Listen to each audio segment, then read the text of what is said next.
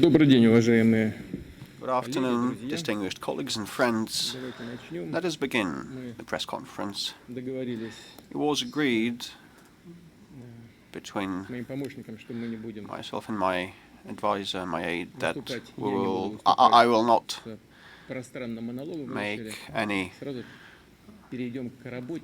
rhetoric monologue at the outset. Let's start with your questions from the outset. And as a tradition, let us first give the floor to one of our oldest Kremlin mass media pool representatives that has been around since late last century, Mayak Radio, Valery Simferov. Please use the microphone.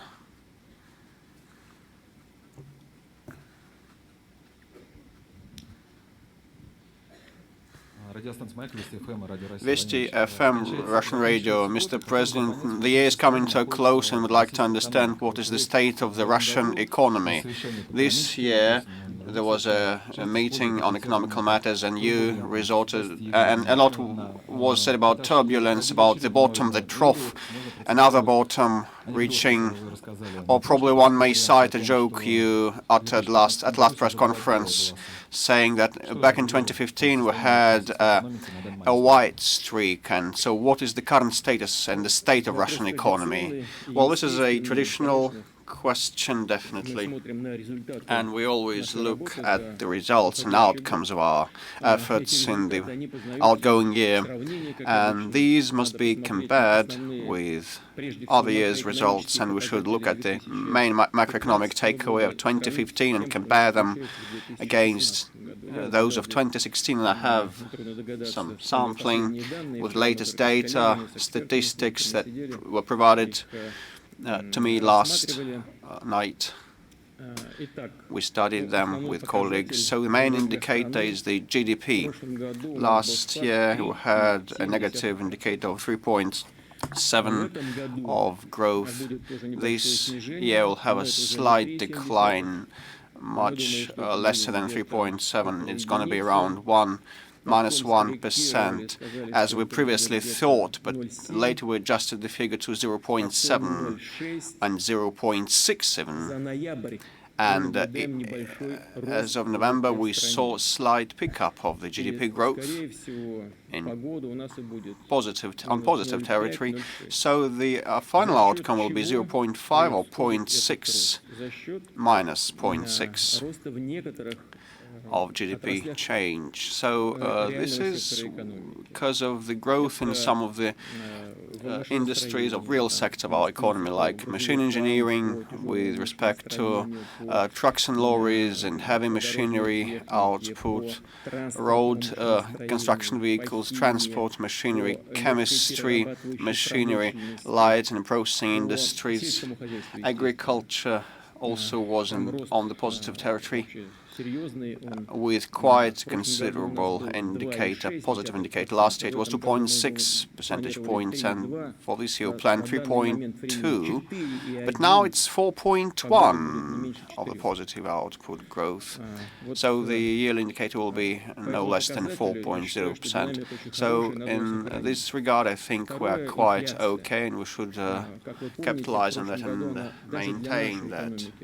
And the inflation, which is the second most important indicator. Last year it was quite high even for our economy, keeping in mind its structure. We had the import substitution in agriculture, and some disbalances appeared at the market. We couldn't substitute for everything with our own capabilities, but agriculture is in the positive zone, growing at a good pace, and this year the inflation target, the inflation figure would be quite different, and the best indicator we had 6.1 in 2011. For this year, we expect the inflation rate much lower than 6%. We expect it at 5.7 or 5.8, but most likely it's going to be around 5.5 even. So it's a record low level of inflation. So we have grounds, therefore, to believe infer that we'll be able to reach our targets of the 5 or even 4% of inflation in the years and months to come. The fiscal deficit last year was at 2.6, and this year is going to be a bit higher. I'll tell you why later.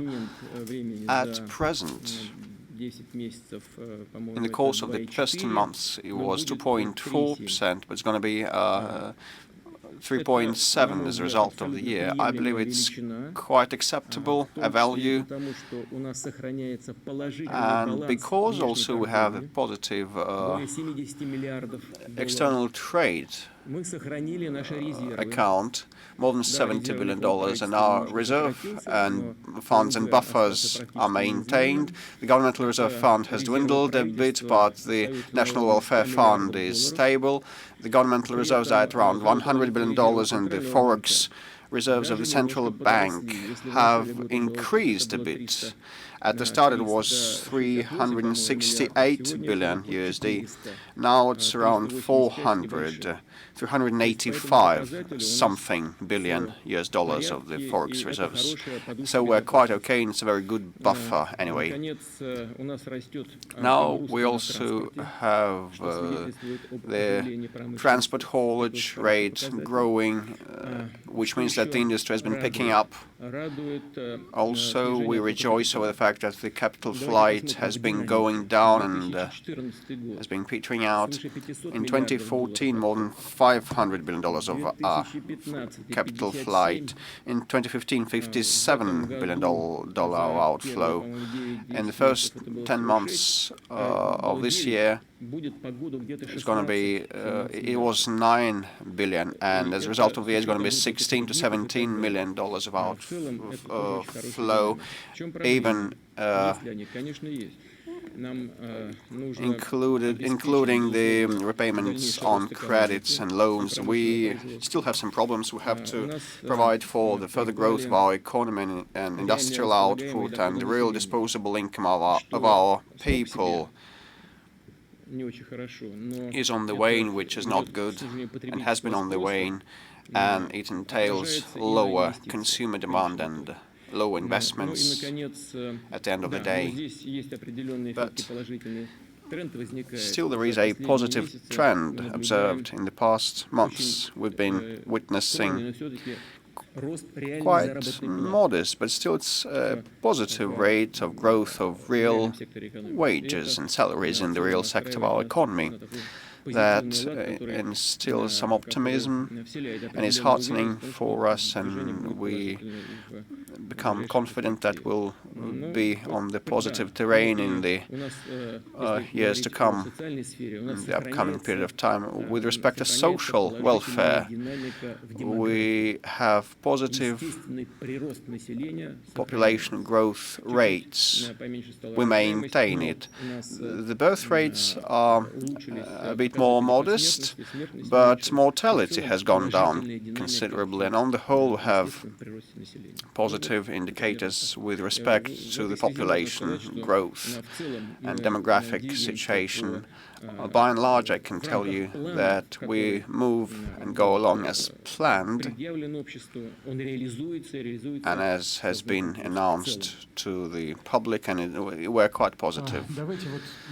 Okay, agriculture. I can see a big yellow placard, so please pass the mic over there. Introduce yourself, please. Hello, Svetich Media Holding, Marina Sastyanova.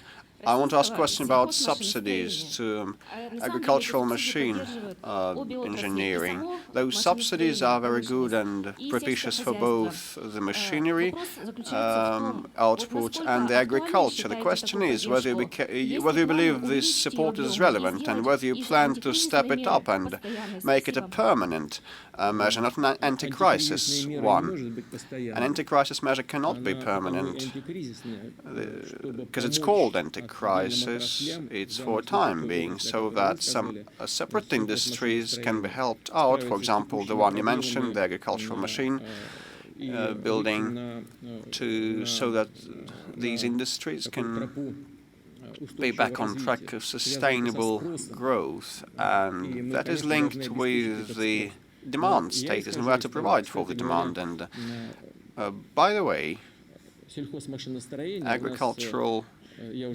machine building, I probably mentioned that, and I'll repeat that it has been demonstrating very good and sound pace of growth. This is one of the industries that helps all the real sector and improves the overall GDP parameters. But we should be guided by the fact that agricultural machinery and other industries will survive with the help of the real, effective, natural demand. And that is possible by way of developing the agricultural sector per se. If agricultural enterprises have better profits, they will have more opportunities to buy new machinery, and the machinery will be propped up. I already mentioned that we are on the positive terrain here. 4-point-something% of the agriculture growth this year, and as the profits and revenues of agricultural enterprises and farms increase, they will buy more machinery. But bearing in mind the fact that these are tentative trends, the government plans and envisages support for next year for separate fields and sectors of our industry. Will provide subsidies, and the overall subsidies are 5.7 billion rubles for all of the industry. And with respect to agriculture, it's going to be 216 billion rubles. I hope will be growing positively. It's going to yield positive results and tangible ones. And as we started speaking about agriculture, and probably there will be more questions on the matter, and all the time we've been saying that we are happy with the results of the rural areas. 117 million tons of harvest, and this year we'll have 119 million tons. And I would like to thank the farmers and the rural population for that. In our newest history, we never had that record high harvests. In the Soviet time, the Russian Soviet Republic had similar indicators back in 1970s. For example, 1973 and 76 we had record high harvests. But back then we had shortages of food supplies and of fodder for cattle, and today's changes in the agriculture and adjustments prove that the results that we are now seeing is a unique one, providing good opportunities and scope for further development of the agriculture. Then let us move over there. Argument in Fact newspaper. Thank you, Alexander Kolesnichenko. I've got a good chance to clarify the question about the economic growth you've been talking about. Right now, the world is on the cusp of serious technological changes, probably a breakthrough without which economic growth is going to be impossible, and the world balance of powers is going to be shifting enormously thanks to that. We've been talking for quite some time about a new technological revolution, and you paid much attention to that in your federal address, and yet there is an impression that in certain industries, in certain sectors, we are only falling behind other countries in information technologies and manufacturing management and managing social relations with the help of the ICTs. And in certain respects, we have fallen behind, probably quite significantly and maybe forever. So I'd like to listen to what you think about that. What are the greatest problems and what are we to do about it? There are some issues that consist in the fact that, according to some experts, our economy is not susceptible, is not responsive to the achievements of science and high technology trends we're witnessing in the economy right now. I do not think that is precisely the case. The problem for such economies as ours was as follows. We could get extra profit, extra revenues, and those industries that were related to energy, it was very hard to make business invest into other industries because they had a chance to get quick money, great profits, great revenues for a very low price in order to restructure the economy, to put it on new rails, to create growth opportunities. The government has been doing a lot over many years, taking steps to introduce preferences for some sectors of economic development. I refer in particular to high technology sectors. On the whole, across the economy, we've been investing into high technologies less than the OECD countries, incidentally. The difference is quite great. The OECD countries invest 2.4% of their overall GDP, whereas we 1.2%. But this readjustment I have talked about is becoming to pay off. The business and I have adopted the so-called technological initiatives. As you know, we have created a comprehensive economic development plan by 2025. By May, the government should have finished it and come up with it, making it public. In Siberia, Eastern Siberia, and in the Far East, we create advanced development areas, high technology zones with special preferential regime across certain sectors such as the ICTs. There for quite some time, for several years, we've set up this preferential regime, and right now this is starting to pay off. In what way? Say, the export of ICTs just several years ago was almost zero, negatory. Right now, we export arms worth $14.5 billion, whereas ICT exports are worth $7 billion. Right now, many industries, high technological sectors are competitive, highly competitive to boot. Right now, they look like just some clusters, enclaves of growth, but in many dimensions, we are leaders. And we have been leaders traditionally in peaceful civil nuclear technologies, in space, and aviation and defense enterprises, where we are witnessing a great surge of labor productivity. This is also going to have an impact upon civil industries. You know that the government has been instructed to transform these positive trends in the defense sector that we're witnessing today, translating them into the civil sectors. On the whole, I believe that we just shouldn't stay idle. We've got all grounds to believe that we are not just going to be the leaders in many key sectors, we're also going to keep this leadership for many decades to come. And we certainly think that we've got to fit the overall global trend. I refer to the trend of transitioning towards a new technological revolution. We've got all the chances to do that, and we've got a high level of development of science and education. Let's continue. I saw that infringement on the small enterprises. Yes, I'm sorry. Probably I'm going to assist you in choosing the question Tatars. Well, what can we do without the Tatars? What's the problem? Let's listen to the question. Mr. President, my name is Yelena Kalivakina, Business Online newspaper. As you know, there is a great number of problem banks. What about the Tatars here? The central bank is pulling off licenses, introducing moratoriums on settlements, and this process has had a negative impact on Tatarstan.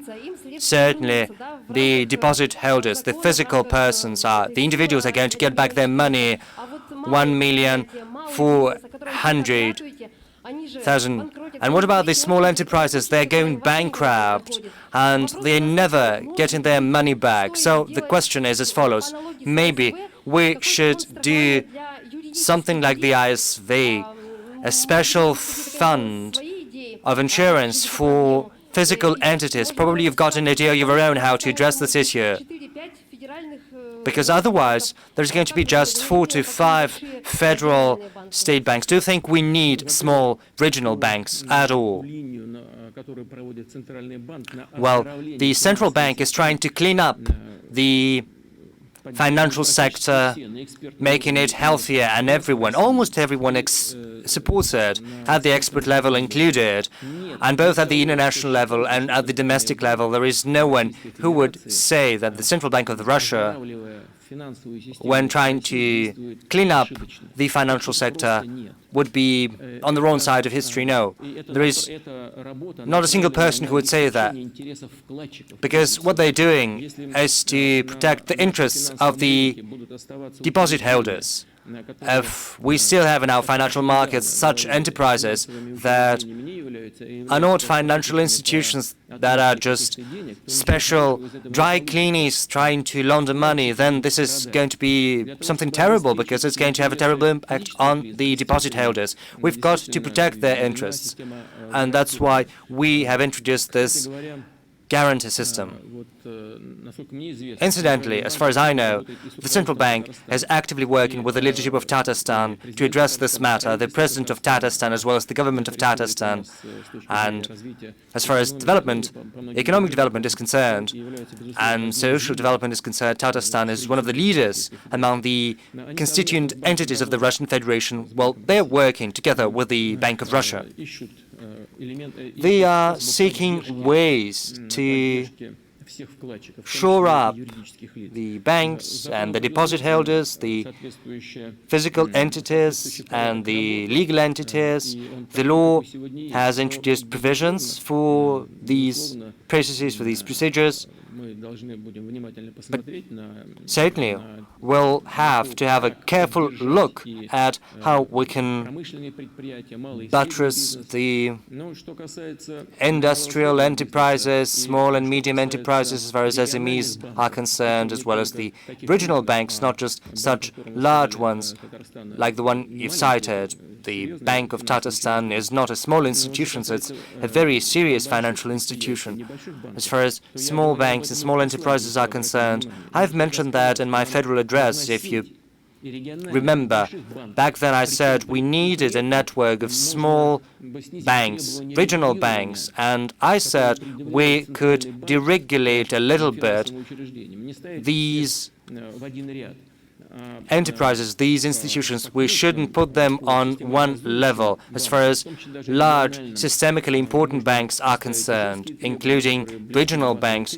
They have to adhere to strict regulations very close to Basel III framework, whereas small banks working with individuals and small and medium enterprises, well, those can have laxer regulation because they are going to be more flexible in dealing with their clients, but the quality shouldn't be affected, and the supervision by financial authorities has to be kept in place. As far as your financial institution is concerned, I'd like to reiterate what the central bank is doing and the leadership of Tatarstan is doing. This is going to be continued harmoniously to boot. Let's take questions from that part of the room. Moscow's echo. Yes, give them the mic, please. Thank you very much, Mr. Peskov. Good afternoon, Mr. President. I've got a question as a follow-up to your federal address. You mentioned something. You said that corruption cases shouldn't be turned into a show, and we have seen quite a lot of them. Mr. Belyunov has been all but destroyed, shamed, denigrated, and at the same time his case turned out to be just the figure. Mr. Ulikayev, someone who trusted, someone who was close, and then you pulled away your trust. Did you have a conversation with Mr. Ulikayev? Do you know his version of events? Have you heard it? Don't you think that these high-profile corruption cases turn out to be some simulacrum for the public opinion? This is not fighting corruption, this is fighting for a place at your table. Last time, during the press conference, I asked the same question. Now a year has passed. I'd like to ask once again about Boris Nemtsov's assassination. Are you following how this case is unfolding as a lawyer? Do you think what's happening is trustworthy? And as Commander-in-Chief, do you think that a person who's been called to court, Ruslan Geremeyev, an officer of the Russian army, should come to this trial? Thank you. Let me start with the last part of your question. Naturally, I'm watching closely all so-called high-profile cases, particularly those, as you have mentioned, in this case, there is a killing of Mr. Nemtsov. Naturally, I support everything that the investigation is doing in terms of identifying all the circumstances, all those who were involved in this case and who are to blame.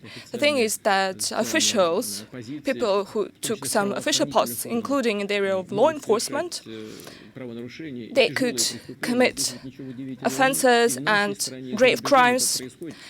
It's a common thing. It happens all the time in Russia and abroad. Let's take the horrific tragedy that has to do with the assassination of our ambassador in Turkey, who killed him. So we will work consistently on identifying all the circumstances and all the criminals. With respect to all the high-profile cases, no matter how long they might be investigated, eventually the investigative authorities come to finding out all the circumstances. The same held true of Starobotova and many other high-profile cases. Unfortunately, the circumstances behind the assassination of Mikhail Manevich are still unclear. I had good personal, friendly relations with him, but still we failed to finalize the investigation. Now, regarding other high-profile cases, regarding Belaninov's case, well, you mentioned the word case. In his case, no case was actually built up. All pre-trial procedures, including searches and all other steps, the ones that were advertised by the media, I believe that all of it is unacceptable. I fully agree with you on that. That is a damage to the reputation of any person. Regarding Ulukayev, I haven't talked to Alexei Ulukayev. I believe that all the information and material given by the operations services were sufficient enough to relieve him from his duties due to the loss of confidence. What it might lead to, we'll see upon the results of the case being considered in the court. Before that, I wouldn't jump to any conclusions, and I believe that it would be only harmful. Vyacheslav Terkhov, the floor is yours. He is one of the most reputable members of the Kremlin pool. Thank you very much.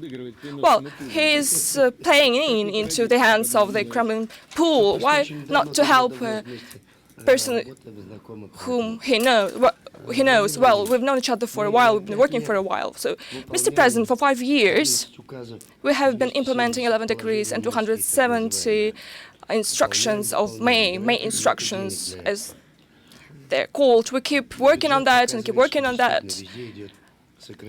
And we see that the reduction is taking place according to the state of budget. Is it so that the selling a big stake in Rosneft, the selling it to foreign companies, would be used to implement the decrees of May and to meet the economic needs? Will the foreigners be able to give us money back because banks are sanctioned? And if it is the case, will you and the country be ready for other stakes in big companies to have them sold in order to meet the economic needs of the country. Thank you very much. Well, I can continue answering question until the morning, because it has to do with our budget, with implementation of Mayak decrees, with privatization, lots of components involved, actually three most important topics. Speaking about the budget situation, yes, indeed, we stick to very conservative guidelines, namely the price of dollar at the level of price of oil at the level of $40 per barrel for next year, and the expenditure part of the budget in percentage terms is going to decrease from over 18 up to over 16, but in absolute terms, that figure is going to be a constant figure in 2017, 18, and 2019, which is 15.8 trillion rubles. If we add 5,000 payments to pensioners, which are going to take place next year, and the correlation between income and expenditures, there's going to be 16.1 trillion rubles. But all of these expenditures have been stipulated for by the budget, and the budget has been set up in such a way as to meet social obligations, social liabilities, including May decrees of 2012. Besides, we will continue supporting our industry. For this end, support will stand at 2.6% of the GDP, even a bit more than this year. I believe this year, in the outgoing year, the figure stood at 2.2, 2.3%. The major cost-saving sector will be national defense. In 2011, for example, we invested around 2.17% of the GDP into the development of the sector. Well, I believe it was 2.7 actually. So 2.7% of GDP, that was the share of national defense. And over the last 5 years, the share only grew substantially. And in the outgoing, the share will be 4.7. Next year, it will be 3.3. And in 2018, it's going to be 2.8. That is the level that is going to be maintained, 2.8% of the GDP. That is not going to have an impact on our plans to strengthen our defense capabilities, because let me stress that over the last 5 years, lots of investments have been made into this sector, and this year managed to pay off all the debts owed to defense enterprises. Thus, we have been able to stick to the parameters outlined that I have mentioned.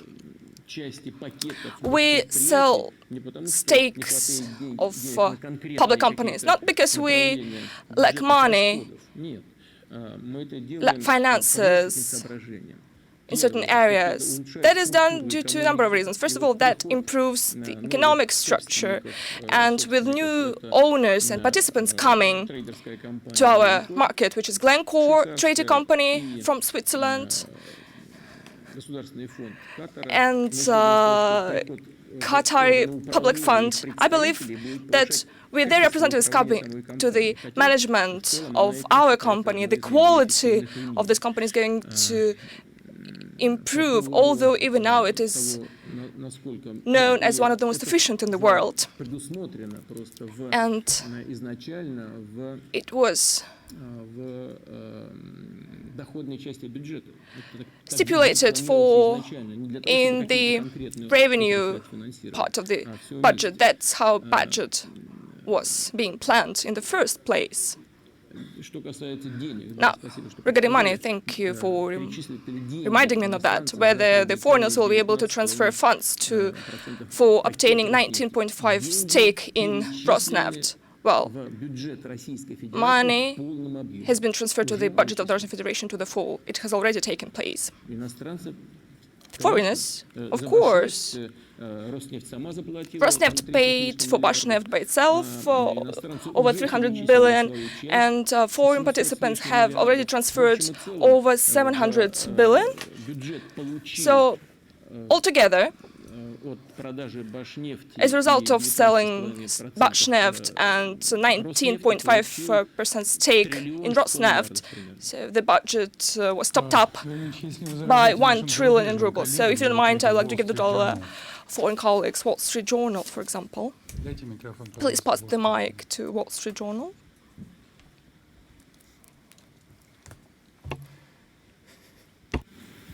Thank you very much, Mr. President. My name is Metin Hutch. I'm the head of the Wall Street Journal office in Russia.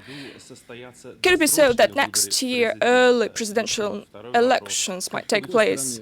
In what country? What country are you talking about?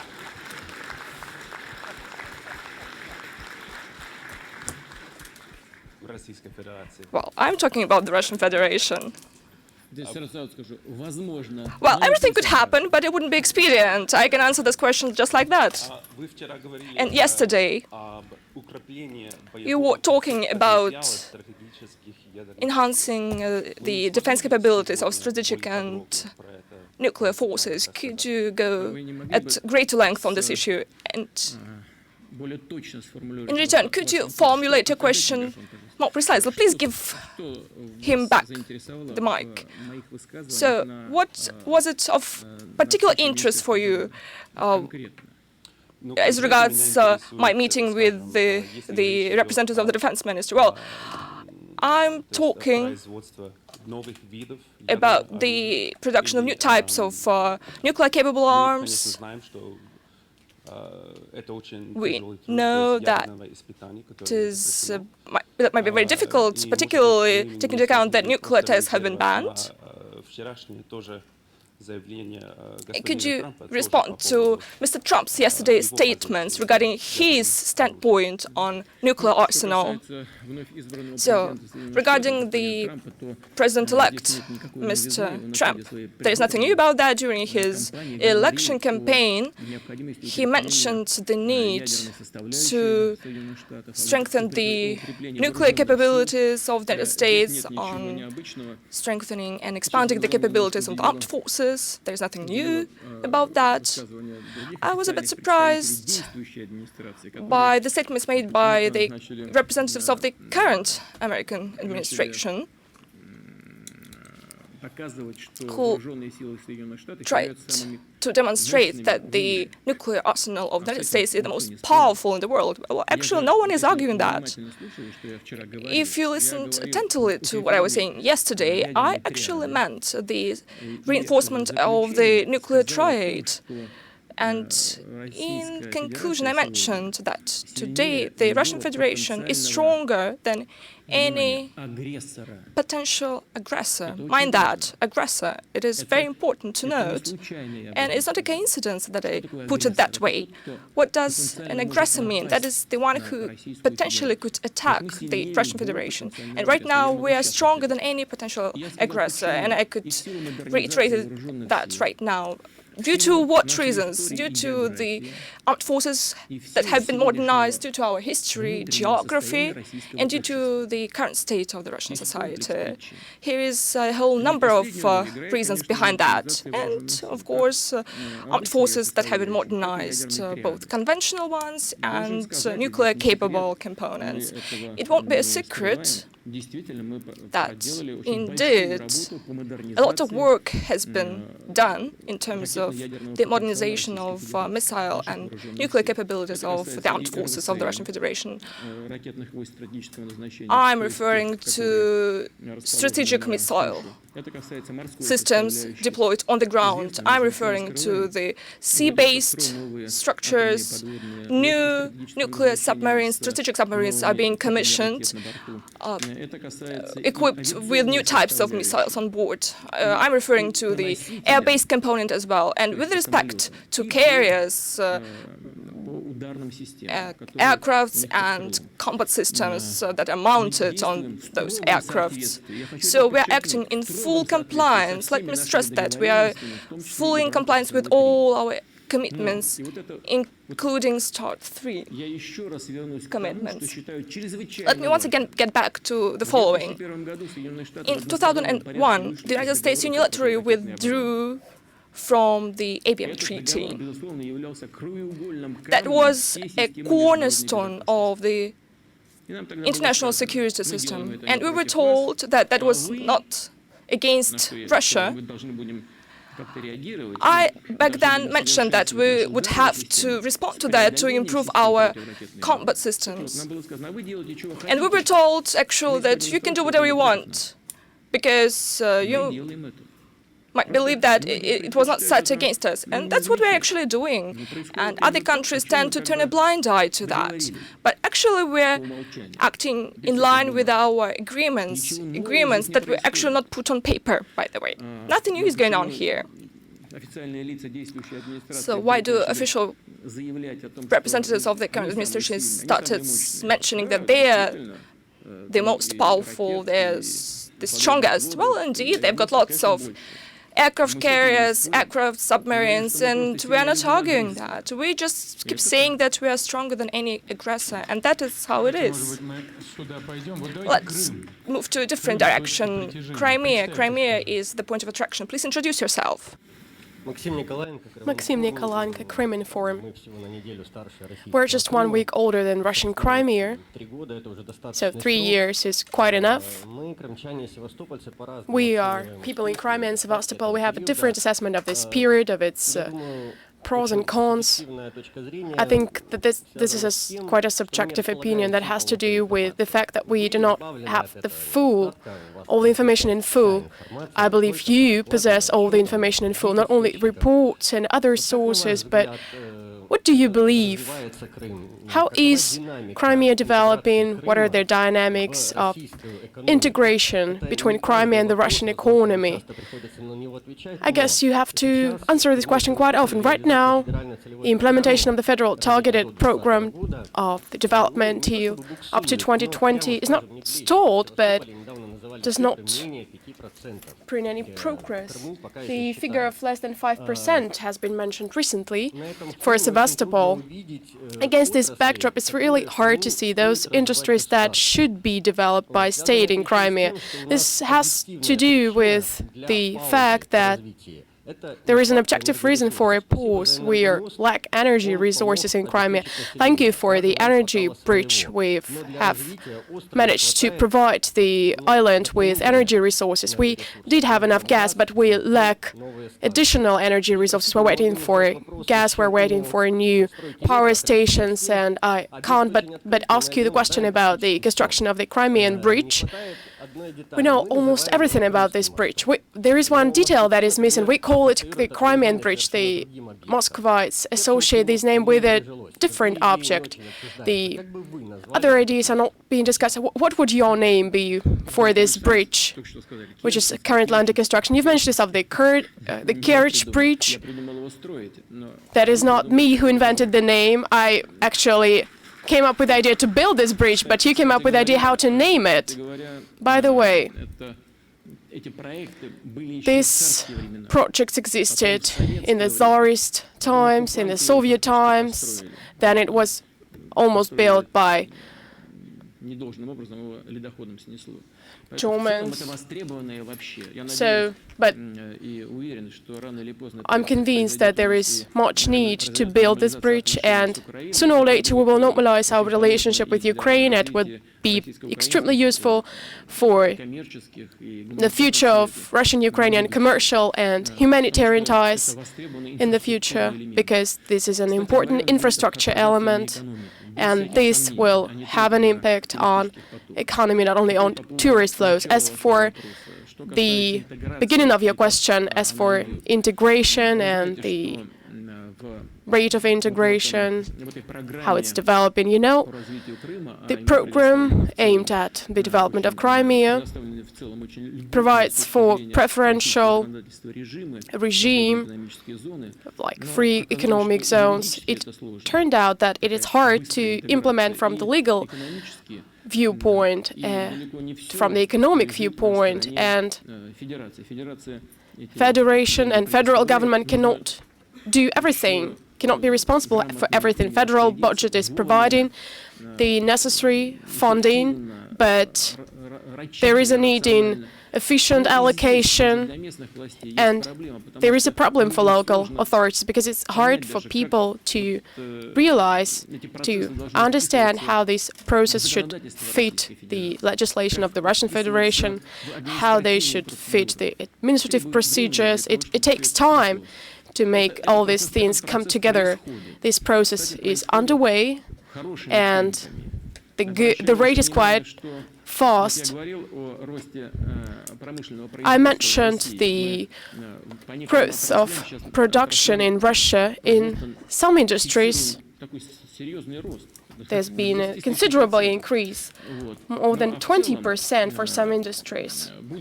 But on the whole, it will be up to 0.7, 0.8, or 0.9% increase in production, and in Crimea it's going to stand at 6%, in Sevastopol it's going to stand at 25%. I'm talking about the growth of industrial production. Why is that so? That is because of federal contracts, Russian companies, and the level of unemployment is less than in Russia in general. Well, in general in Russia it's quite modest. It used to be 5.6, 5.7%, and this year it's 5.5. In Crimea it's even lower. And this is a good thing. Which industries could be much promising for Crimea? Well, definitely reparation of ships, chemical industries, shipbuilding, agriculture, of course. And by the way, to support agriculture, we allocated 3 billion rubles this year. This is 5 times more than last year and 10 times more than it used to be in 2014. But this money should be allocated efficiently,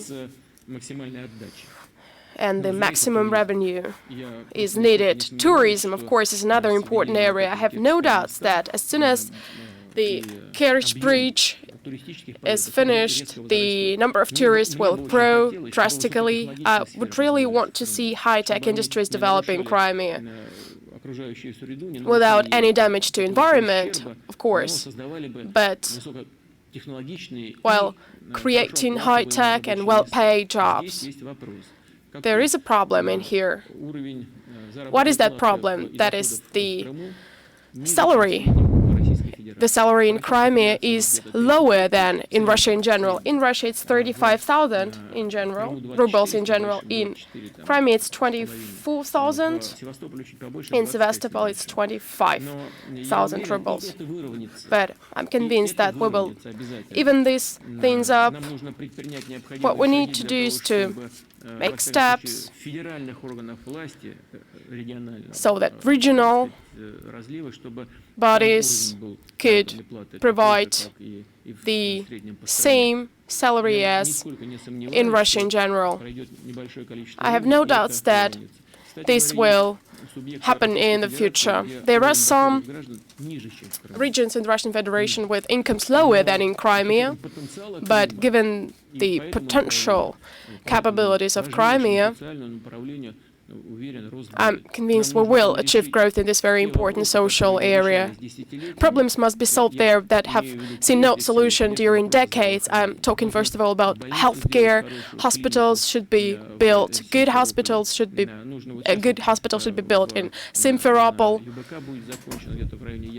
The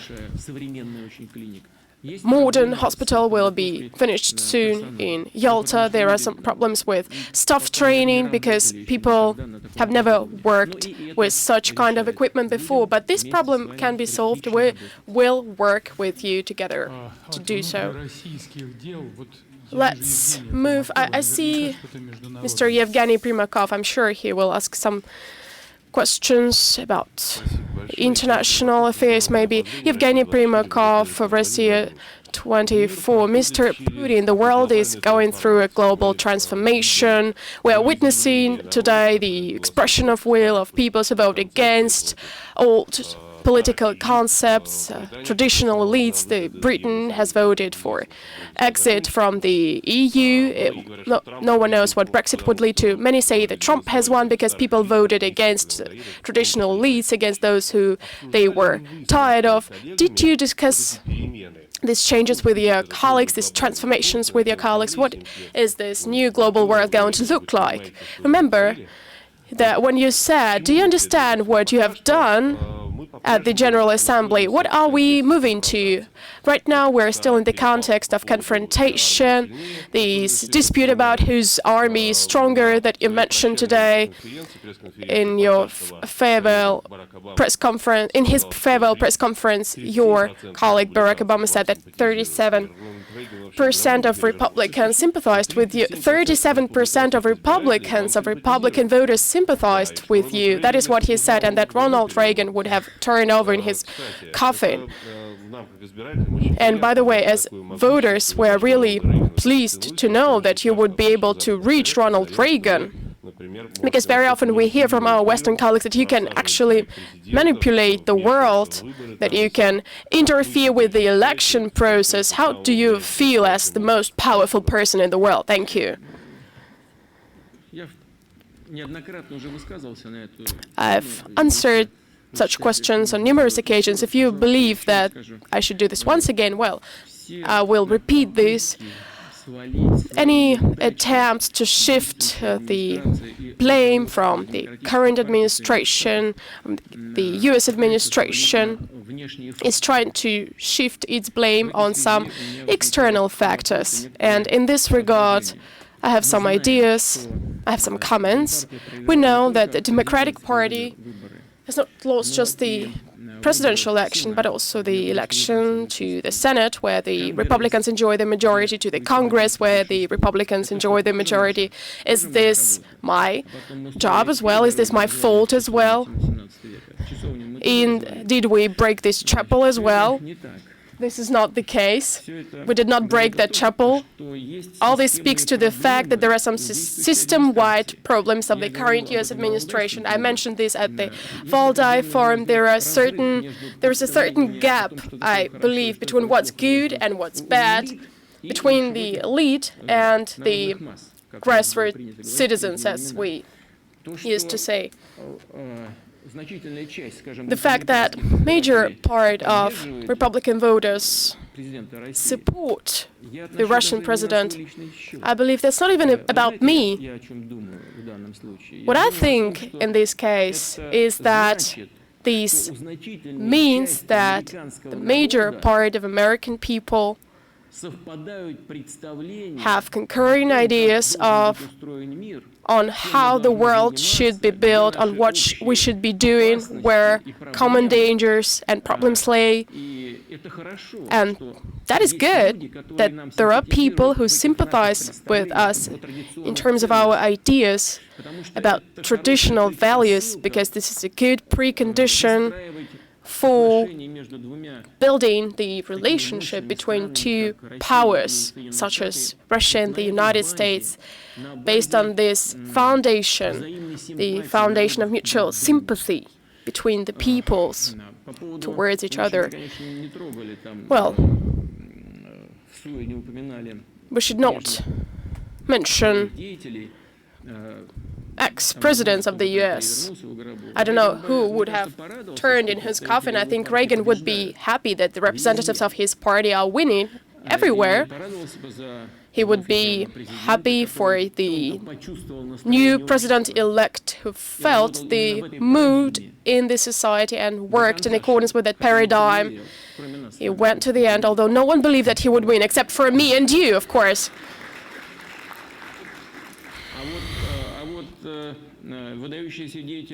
As for the outstanding democratic figures, I think they would have turned over in their coffins. Roosevelt, for example, because he was an outstanding figure in the American history, because during the great years of American Depression, during the Second World War, he brought the nation together. Today's administration separates the nation. That's obvious, and the call for electors not to vote for some candidate, not to vote for president-elect, is a step towards the separation of the nation. And, by the way, 2 voters didn't vote for Trump, and 4 voters didn't vote for Clinton. And so the Democrats lost once again, and they're looking for someone who's guilty of this. I think this is simply humiliating for themselves. One has to know how to lose decently. I would really love to have, with the new president-elect and with future leaders of the Democratic Party, business-like, constructive relations to benefit the United States, the Russian Federation, and the peoples of both countries. I'm sorry, Mr. Peskov, could you please give the word to the optimists from Vologda? Optimist from Vologda, you have the floor. I'm sorry, Dmitry, for interfering with your plans. I need to address grassroots citizens of Russia. Mr. Putin, I have a question on import substitution, the issue that has been raised a lot. Something that our economy is now based on, whether we're going to be independent, whether we can win or not, or whether we're going to face a problem. My question is, do you believe that it is possible to create some kind of club of producers in Russia who have achieved the greatest success in this area, in the area of production? The reason I'm asking is that there is a facility in a small municipality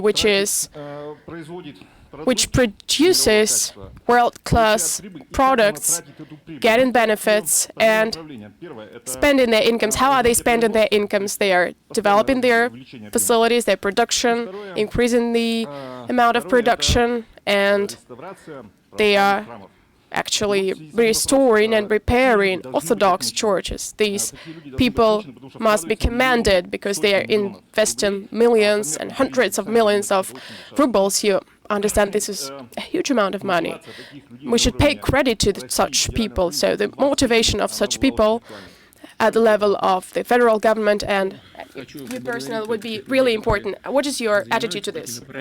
I'd like to thank these people who are involved in charity, who help restore our historical and spiritual values. I mean, the Orthodox churches, synagogues, and other facilities of cult, including our traditional confessions, including Islam and Buddhism. In Moscow, we have some problems with Buddhism temples, and we will try to rectify. With respect to import substitution, there always are and there will be problems, but we will finally have the upper hand over them, no doubt. Why, you may ask? Because this so-called import substitution gives fruits to ripe. And as regards our industry, we now buy 10% less. We import 10% less from abroad. Now it's 39%. It used to be 49% in the past. We have achieved a lot in import substitution in a number of areas of industry. Pharmaceuticals, to cite an example, chemical industry, light industry, not to mention heavy machinery, road construction machinery. It's almost 100% of Russian origin now. We have seen formidable, considerable changes in this respect. To say nothing about the defense industry of ours. We have structural step changes, and that is important to attain technological independence and sovereignty. In agriculture, we mentioned the inflation rate last year that was on the rise. And this year, we'll have growing agricultural output, and as a result of this inter alia, inflation has dwindled and has been reduced. So I am quite positive that we will attain the necessary results and reach all the targets. We will not be developing in isolation. No, we need the high-tech track, and we should be part of the global trend. But in those areas where we can restore, rebuild, or build from something from scratch, those involving high-tech, we will pursue these avenues, and I'm positive that we will attain the necessary result. Yeah, over there I can see in that sector Soviet Sport newspaper. Nikolai Yeremenko's Soviet Sport newspaper, well, the oldest sport magazine, newspaper in this country, 92 years of track record. We are not only interested in scores and medals and tallies, and every now and then we believe that we are more worried about sports results and achievements than any officials. And after two reports of Mr. McLaren, a number of officials were either moved to different positions or they were fired. Can you tell us that now we are going through a purge, a cleaning procedure, and the situation will, with respect to doping, will be rectified? And second question is about WADA, World Anti-Doping Agency. Can this mega monster be reformed, or will someone replace, or some entity will replace this one? Is there a political component in this case? What do you think?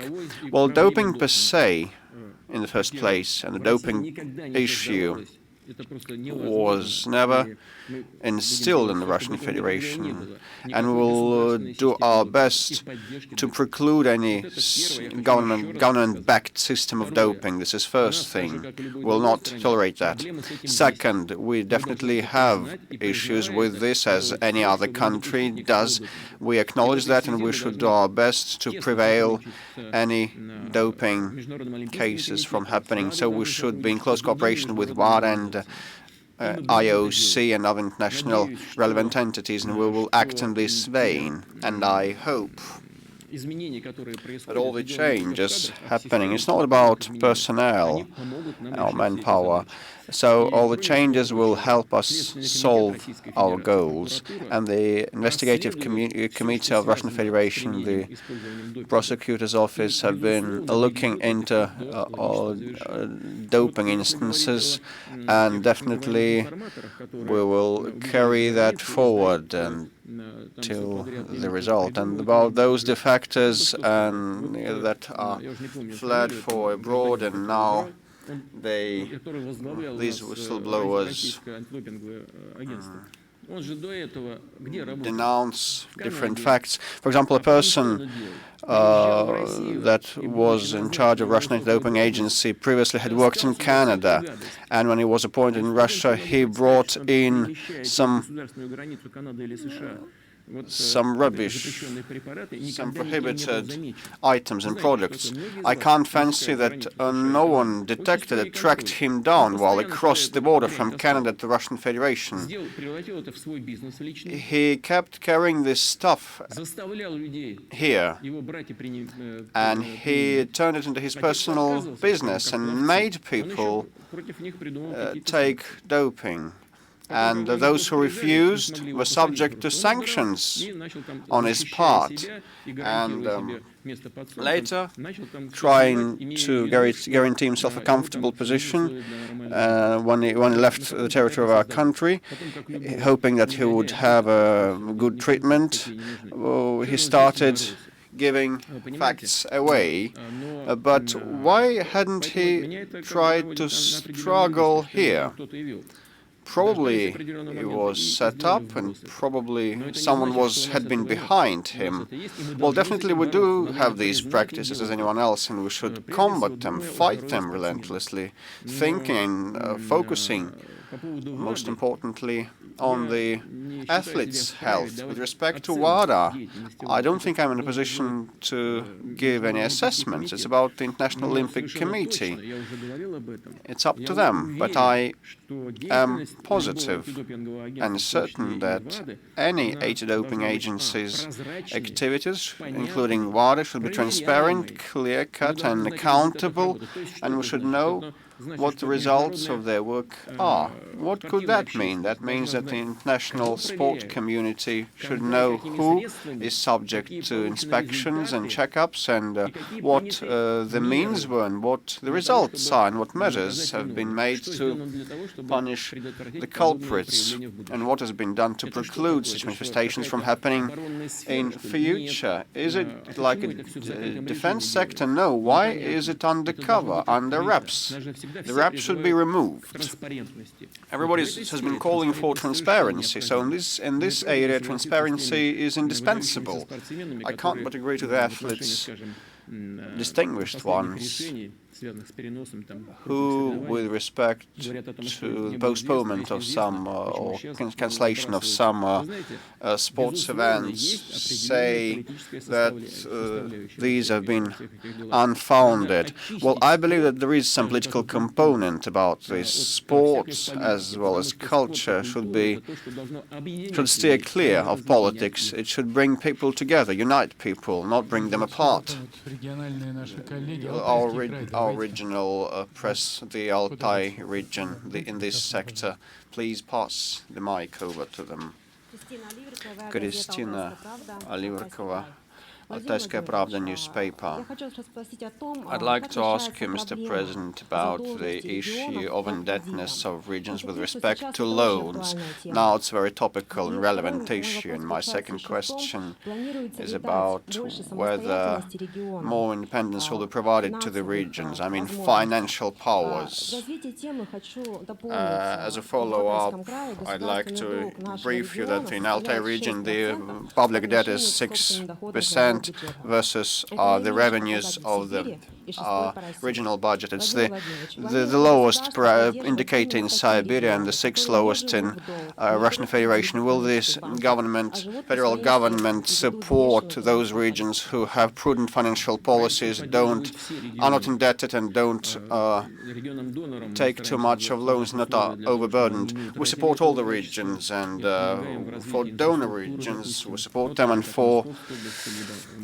so that they attain and maintain their quality and their current capacity. For example, the Moscow region. Look at the Moscow transport, recent Moscow transport solutions. And let's take St. Petersburg. The Northwestern Highway has been commissioned, inaugurated not long ago, the so-called diameter. We have similar examples to cite in other regions with respect to indebtedness of the regions. It's a very serious issue, and as per our rules of the federal government, the finance ministry states that the indebtedness of regions should be on top of 50% of their own revenues. So in this respect, the Altai region is in favorable position. position. So the Altai government has been pursuing a well-balanced, professional, prudent financial and fiscal policies. Only 5, by the by, only 5 regions have been in breach of that principle. Definitely special treatment and support is needed for them. They require unflagging attention, but on the whole this is anyway a considerable problem. The debt of our regions is on top of 2 trillion rubles, although the government makes relevant measures to resolve that issue. And this year 380-something billion rubles was allocated to reschedule the indebtedness of those regions. And new schemes are in place, and the debts have been withdrawn from commercial banks, and now they received the loans disbursed by the financial ministry at 1%, which is a symbolic percentage point, and we will act in this way next year, and will allocate and disburse the necessary funds next year as well. BBC. Please. Yeah, the central sector, please. Yeah, we're coming here. Thank you. I'd like to ask the question in English, if that's okay. Steve Rosenberg, BBC News. Mr. President, your country has been accused of state-sponsored hacking with the aim of influencing the result of the US presidential election. Indeed, President Obama has hinted very strongly he thinks that you are behind that. He said that not much happens in Russia without Vladimir Putin. And President Obama revealed that he told you personally to cut it out. So what did you tell him in response? And can you confirm that you were warned by Washington not to tamper with America's election, warned in a message via the so-called red phone, the crisis line between your 2 countries? And finally, just coming back to the point about Donald Trump's tweet yesterday, are you not concerned, though, that there is a danger of a new arms race if America is talking about boosting its nuclear arsenal? Thank you.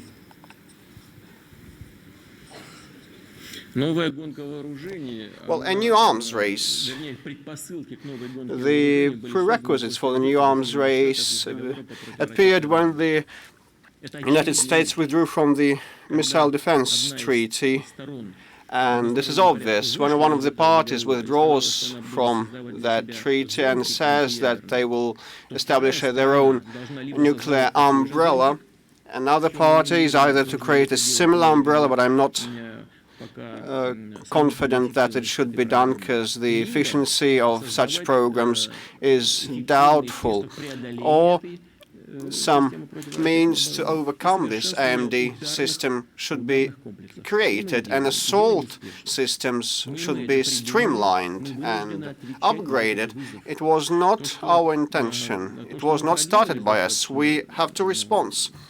The fact that we have had advances, well, yes, we've been doing that. We've been quite effective and efficient, but it's all in conformity with our treaties like START 3 treaty and all other relevant treaties, and the number of warheads. We abide by that. Not long ago, American observers visited our plants that manufacture and turn out warheads. Probably everybody is oblivious of that now, but you know, it was a fact, and instead of cooperating, they withdrew from the Missile Defense Treaty. It wasn't us who started all that. But definitely we have advanced in improving our nuclear triad, and we are now capable to overcome missile defense system, and our systems are much more efficient than the AMD itself. That may cause a desire in the United States to step up their nuclear capabilities, and they've been doing so.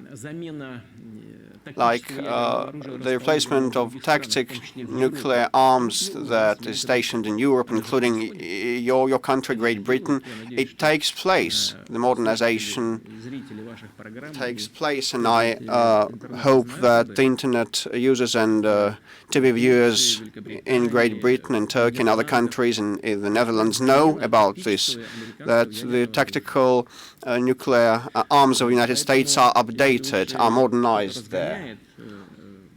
So if someone accelerates and speeds up the arms race, it's not us. But I'd like to underline, which is important for our domestic situation and domestic public, I'd like to say that we will never, once we are in the arms race, we will never spend too much, more than we can afford.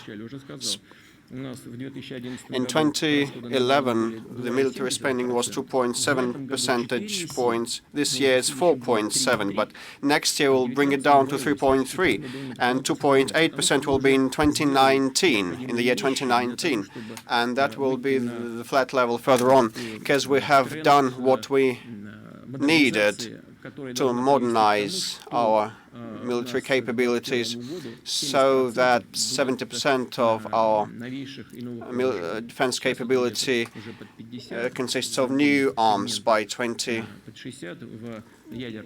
year 2020.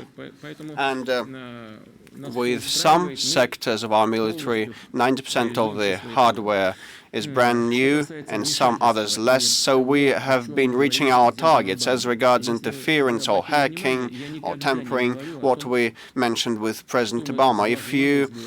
If you noticed, I never mention things that we discuss one-on-one with my counterparts with respect to interference, alleged interference of Russia. Now, by the way, I answered one of your colleagues from the United States. The party that loses always tries to pass the buck and find the culprits somewhere else. They'd better look at themselves. And what is the main thing there? Some hackers cracked, for example, the mail box of the Democratic Party leadership. Some hackers did so, and as was rightly said by the president-elect, no one knows what hackers these were and what their origin is. It may be someone living on a sofa, and now it would be very easy to indicate a country of origin, just to point to any country. Is this the main thing? The main thing is the essence of the information that the hackers provided and revealed for the benefit of the public opinion. Did they trump up anything? No, they did not. They revealed the truthful information, and the best proof positive of that the information is truthful was that after the manipulations of the public opinion and sentiment inside the Democratic Party against Mr. Sanders and prejudice of Mr. Sanders were revealed, the head of the National Committee of the Democratic Party handed in her resignation, which means that the information was truthful. And instead of saying that they are sorry and begging pardon, they started once again crying the poor mouth, pointing to someone else. Is that of importance who perpetrated those attacks, those hacking attacks? And with respect to what we discussed between myself and President Obama, I never mentioned these things in public. It's my rule. I know quite well that the rumor is rife that an aide of Mr. Obama, an advisor of Mr. Obama, not long ago stated what we spoke about, and you may ask my advisor, Mr. Peskov, he's here. The environment, sorry, Dmitry, the environment is very important.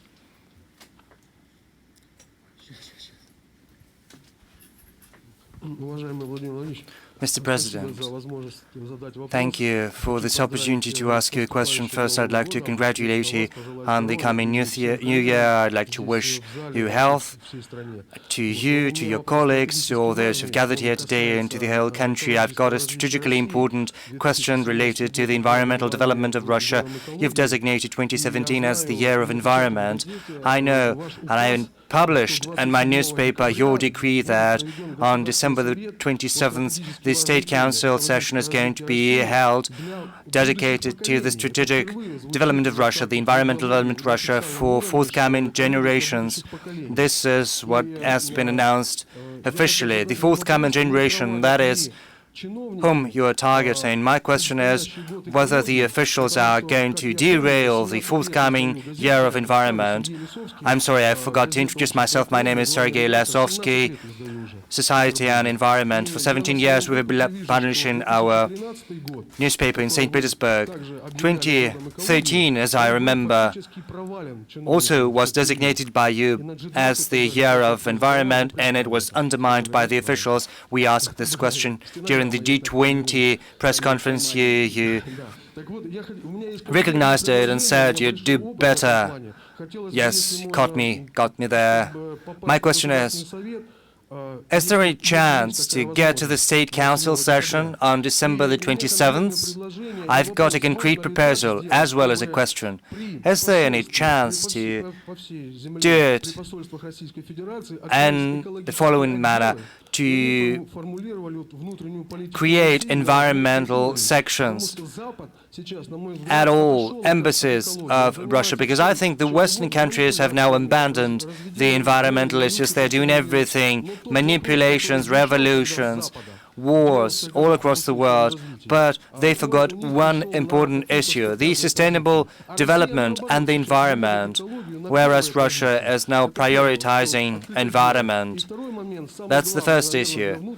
And the second one, which is even more essential for the domestic policy of Russia, information and environmental policy in TV channels should be reoriented towards patriotism. You can see everything, shows, reality shows, glamour, which already destroy the brains of our young people. We should better have patriotic shows and environmental shows which would help create a wholesome world perception among young people, and then we wouldn't have to fight such crimes as corruption and other terrible things. People would be saner and more wholesome. That's my question.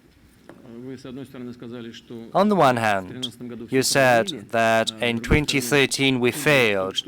It was a fiasco. At the same time, you said that we're doing a lot to help preserve our environment, our nature.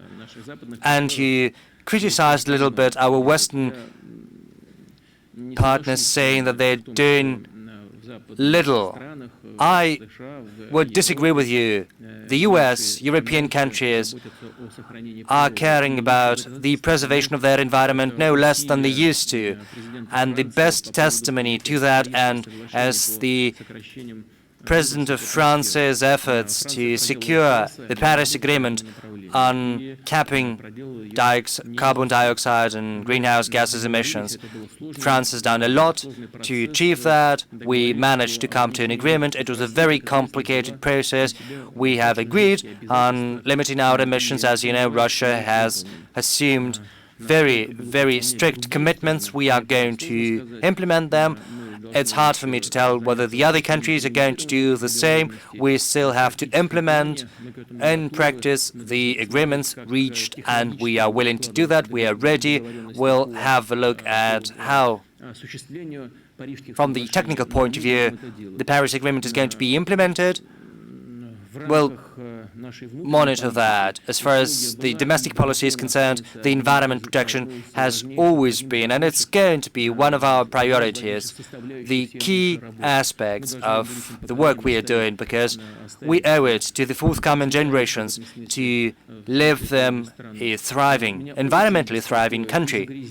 I'm particularly concerned by such issues as pollution, by the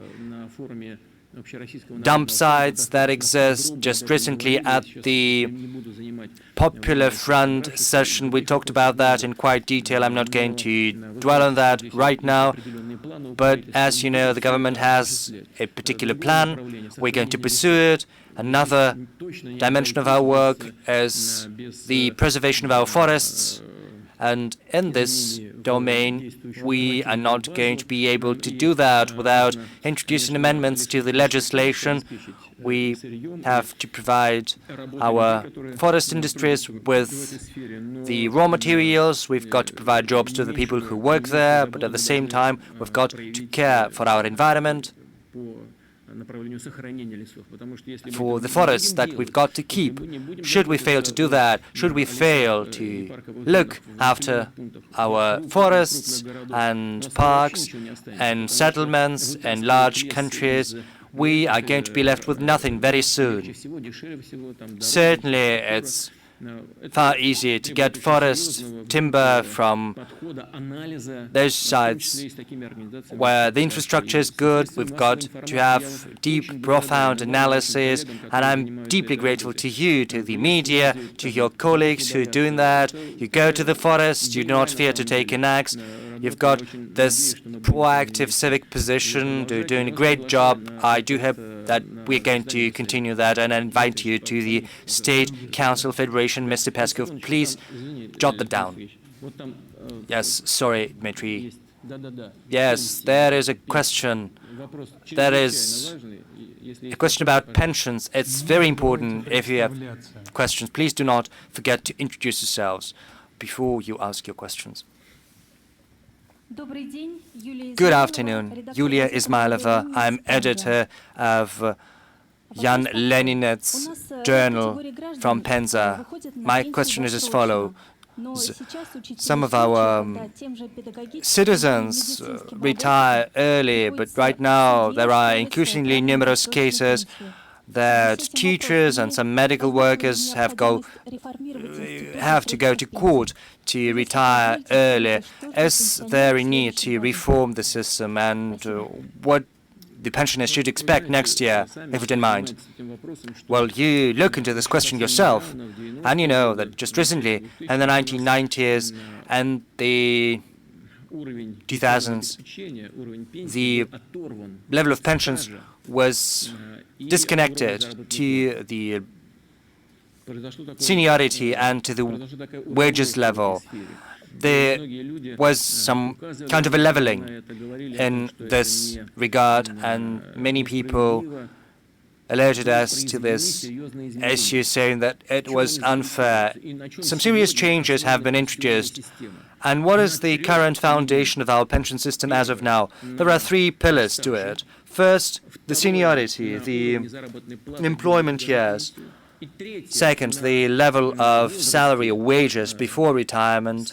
And the third pillar, the age, when this or that person has decided to retire and has applied to get a pension. These are the three pillars underlying our pension system. They're not going to be changed. We are going to be guided by three key principles in order to improve our pension system as far as early retirement is concerned. Indeed, that is one of the matters that demands particular attention. We need to analyze it profoundly. There are many categories of people who are entitled to early retirement. I'm not going to get ahead of myself saying what the current plans are, but there is one thing I'd like to point out. Any changes in this field should undergo a public discussion. They should only be adopted after a careful, well-thought-through analysis. We're going to tread carefully. As far as the near future is concerned, I'd like to say that just as planned,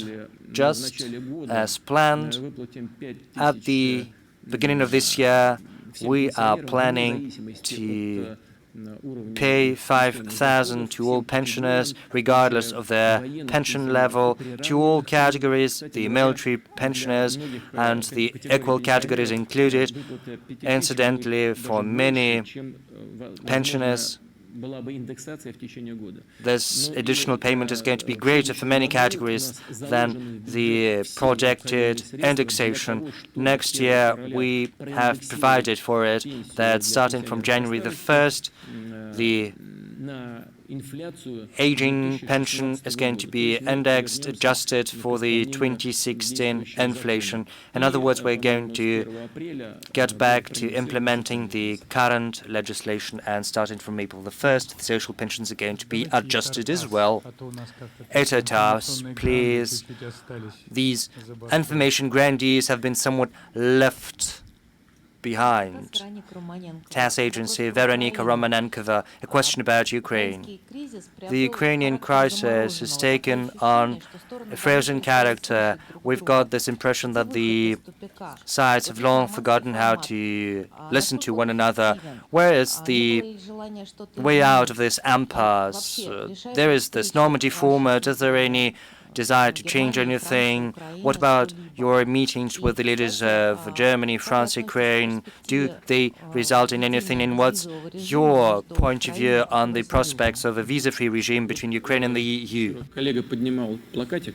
And there is one more question on Ukraine. I believe one of your colleagues wanted to ask this question. Please go ahead, and I'll try to answer to both these questions at once.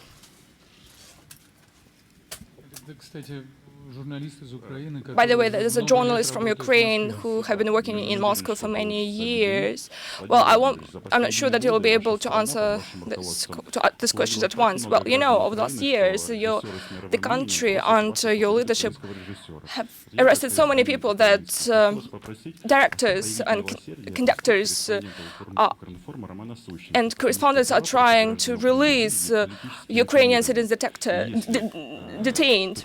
I'm asking to release Mr. Sushenko, Ukrainian correspondent, because if other correspondents are to be tortured as Mr. Panov, then it's going to be a horrible situation. And now I'm going to be more precise. You always say that you have to protect the Russian-speaking population in Ukraine and Donbas. Last year you said that you never tried to hide, that you sent your military to Ukraine to address military issues. Can you tell me where exactly in the Minsk agreements it is written? And let's say that at one time in the future you might retire, and after that Russians will be as an occupying power for the Ukrainians. Well, you know, it would be great if in Donbas the Ukrainian army wouldn't be treated as an occupying power in Ukraine, on the territory of Ukraine. That's the first thing we need to worry about. Now, regarding the release of those people you mentioned, we are trying to do everything at stake that people detained by both sides would be released. And the fuller this exchange is going to be, the better. President Poroshenko once put forth an idea of exchanging everyone for everyone. And I would fully agree with that. But later on, it turned out that behind this formula, there were certain hidden details which were unacceptable for the representatives of Donbas. So what are these details? According to these details, all persons detained in Donbas are recognized by the Ukrainian authorities as detained illegally, as those detained illegally. But there are a lot of persons imprisoned on the territory of Ukraine by Ukraine who are treated by the Ukrainian authorities as sentenced legally, and they don't want to include those persons into the list of those who are to be exchanged. If we stick to this formula, then the decision should be made on pardoning them, and all of them should be released, otherwise we won't be able to come to an agreement. Now, regarding journalists and conductors, all of them should actually work more on journalism, and conductors should work more on, and directors should work more on shooting films. Now, regarding the members of military intelligence, of Ukraine detained. No one was torturing them. No one was beating them. And it would be easily checked for you. It will be very easy to check whether they are regular members of the military intelligence services or not, because they give testimony, they give all the information regarding the name of their divisions, they give first name, last names of their commanders, they give information regarding the divisions for which they're working, they give all addresses, all contact persons of the name of those persons in Russia and Ukraine. So they provide for all of this information.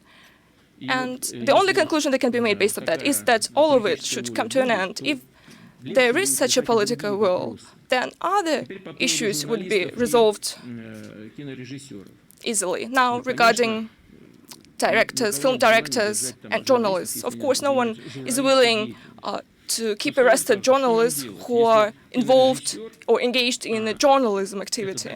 But what shall we do? Please tell me. What shall we do if it has been proven by the court that some sort of a journalist was getting ready to carry out terrorist attacks? Should we release him only because he's a director? In what way is he different from members of the military intelligence who were doing the same? If we release him, should we release members of the military intelligence who were getting ready to stage terrorist attacks? What is the difference between them? We release one category of people, and then others would follow. What we need to do is for everyone to stop all of it, and then we might think about amnesty, because I have nothing against that. Just a second, I didn't answer the question asked by TASS agency. You were right. These are two completely different questions. What were you talking about? The normative format, I guess. What else? What were you asking about? The question is asked without a mic. Please pass the mic. Your standpoint on the possibility of introducing visa-free regime between Ukraine and the EU, so the normative format. Well, it turns out that it doesn't prove to be highly efficient, and it is only regrettable that its performance is so sluggish. But we don't have anything else to replace it with. That is why I believe that we need to continue working within this format. If we to lose this tool, the situation would only deteriorate at quite a rapid pace, and we wouldn't want that to happen. And now, regarding the visa-free regime between Ukraine and the EU, I would fully support that. I think that the visa regime in Europe is a legacy of the Cold War, and we should get rid of it as soon as possible. And if the people of Ukraine obtain the right to have visa-free travels with Europe, I would think that it would be a right step in the right direction. As far as I know, there are going to be visa-free regime without right to work legally on the territory of the EU countries. I don't know whether the flow of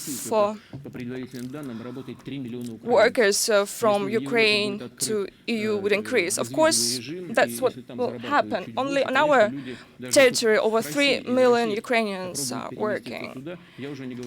And of course, the flow of those willing to move to EU to work there, that would be a significant burden on the labor market of the European countries. Would be a negative effect for Ukraine if they do not have a right to work there. Then people who would end up in Europe would be in a very humiliatory position, because they will be forced to work illegally. Let's say they come to Ukraine, to Europe for 3 months, then they will have to get back to Ukraine to obtain certain permits, and then they'll have to get back. So in these circumstances, those people will have to work there illegally, and they will not have any social protection, and that's going to turn into exploitation of labor. So If there is a visa-free regime introduced, then they should automatically get the right to work. Let's give floor to the first TV channel. Let's actually give floor to the representative of Turkey. Okay, and after Turkey, there is going to be the first TV channel representative. Mr. Safarov, Sputnik agency, the Turkish office. Mr. President, for the first time, Russia and Turkey have been successful in addressing a very important issue in Syria without the participation of the West. I'm talking about Aleppo. Probably it means that Turkey and Russia have such a capability. Will Ankara and Moscow be able to tap this potential in the future? Will Iran and Turkey resist the hideous games played by the West? Will this triangle be able to turn the tide on the Syrian issue? And the second question, in October 2015, you agreed together with President Erdogan to address the Syrian issue. It was an unofficial agreement reached. Then the Russian aircraft was downed. In July, the normalization of relations started, followed by an attempted coup d'etat. And today, when Turkey and Russia started to work together on Aleppo, Russian ambassador to Turkey was killed. Is it a coincidence? Really? Thank you. Let's start with the last part of your question. Let's start with the tragedy that took place recently, the assassination of our ambassador. Well, I believe that that was an attempt against Russia and relations between Turkey and Russia. I don't doubt that. Well, let me be frank. I was skeptical about the fact that our aircraft was downed and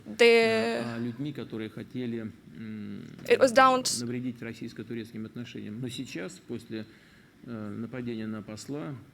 not upon the decree or upon the decision of the supreme leadership of Turkey, but today, after an attack on our ambassador, I started changing my mind, changing my standpoint. I believe that the penetration of destructive elements into the state structures, public structures, into the army, into the law enforcement agencies of Turkey, it is a very profound phenomenon. I have no right now to play a blaming game, but that's what's going on. Will that damage Turkish-Russian relations? No, it won't, because we value Russian-Turkish relations. We understand the importance of those relations. We'll do everything as state to develop those relations, bearing in mind the Turkish interests and, of course, the Russian ones. Over the last year, we have been quite successful. After our relations were normalized, we were quite successful in reaching consensus, and I hope that we will continue to do the same in the future. Now, regarding Aleppo, indeed, a huge role in the settlement in Aleppo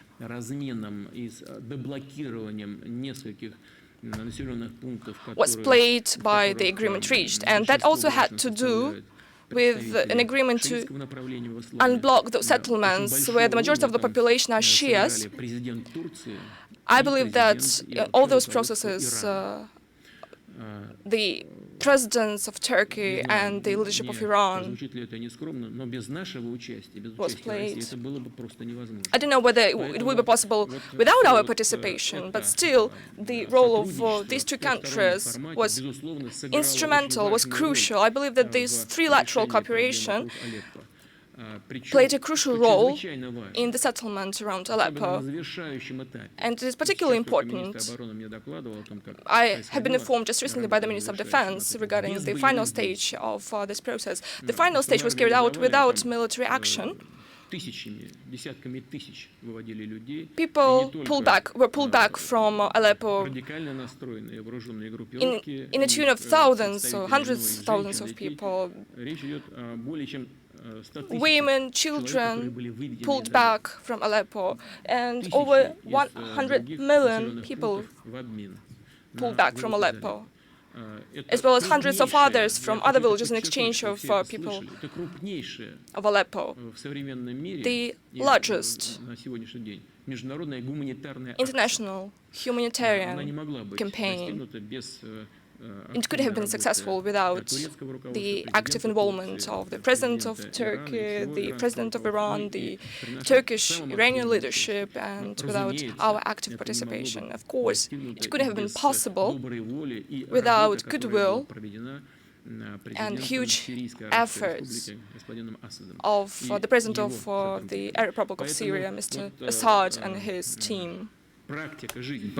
Therefore, life has shown that this format is relevant and we will continue developing it in the future, but let us not forget about the interest and participation of other regional stakeholders like Jordan, Saudi Arabia, Egypt, and of course, without such a global stakeholder as the United States, it would be wrong to deal with the issues of such nature. So we're ready to work with everyone. The next stage, let me say at the outset, so as not to go back to this issue once again, the next stage must be the agreement on ceasefire, or nationwide ceasefire, and after that there should be a launch of practical negotiations on political reconciliation. We have offered the capital of Kazakhstan, Astana, as a neutral platform for such negotiations. President of Turkey and Iran agreed with this. President Assad agreed to this proposal. President Nazarbayev kindly offered to provide this venue to create conditions for this work. I really hope that we'll manage to do this in a practical way. Let's move here. Oh, you promised to ask the first TV channel. Yes, please, you have the floor. As traditionally, last press conference, I asked to ask my question 3 times. Let me ask the issue about the Russian situation, about taxes and duties. There is the income tax, the real estate tax, which keep growing and have achieved the maximum amount of 20%. But beside all the taxes that we are paying, there are also some duties which look like taxes, but which are not taxes. These are, for example, capital reconstruction duties. There is medicine, which is free of charge, but some services must be paid for. Education, children go to school, but some additional education is to be paid for. Parking in Moscow, well, it's clear that people got used to park in the center of Moscow on a charged basis, but now the parking is also moving closer to the residential areas. So do you know what's going on? Are we to expect something in this area? We need to separate taxes and non-tax duties. Taxes are based from 3 components. The first component is the physical person's tax, the transportation tax, and the real estate tax. These are the lowest taxes in the world. Let us start with the physical person's tax, which stands at 13%. Of course, when we introduced the scale of 13% in 2001, we had a lot of doubts, and I personally had a lot of doubts whether the budget would lose its revenues because those who earn more would be paying less, whether the social justice would be in place, etc. I've already mentioned all these things several times, but there is a need, I believe, to repeat once again what the result was after the 13% scale was introduced, after this flat scale was introduced for physical persons. The tax revenues increased 7 times, 7-fold, and the money that we get into our budget, we allocate them for social issues. That is the social justice. That is what it is about. Is it possible to move to differentiated tax for physical persons? Yes, it is possible.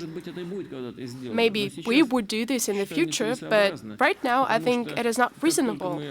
Because as soon as we start doing this, after the first step, the second and the third step will follow, we will just get confused, and there will be tax avoidance as a result of these measures, and tax revenues will decrease. As for social justice, we could ensure this social justice through other means without changing the flat scale. How can we do this? Such decisions have already been adopted. I'm talking about the increasing the tax for expensive the motor vehicles. This has already been done. This is increasing the tax for expensive real estate. This has already been done. We can tune this tax somehow. As for the second element, non-tax tariffs, do I know what is going on? Of course I do. Do I know the details? Of course I don't. How is this even possible? This is not the tax system. These are tariffs. These are some duties which are imposed at the level of municipalities. There are thousands of municipalities, or at the level of regions. And it's hard to keep a watch on all those tariffs. That is a problem, and let me say, how are we going to solve this? So, because the burden keeps growing, how are we going to solve this problem? What we need is to see what's going on in this area. To do so, the government was entrusted with creating the so-called register of non-tax payments in June, so that we could understand clearly what's going on in our country, in regions and municipalities from the point of view of tax burden, and then to regulate it. As for regulation on the federal level, let me remind you that the tariff increase was frozen. Our understanding is that tariffs will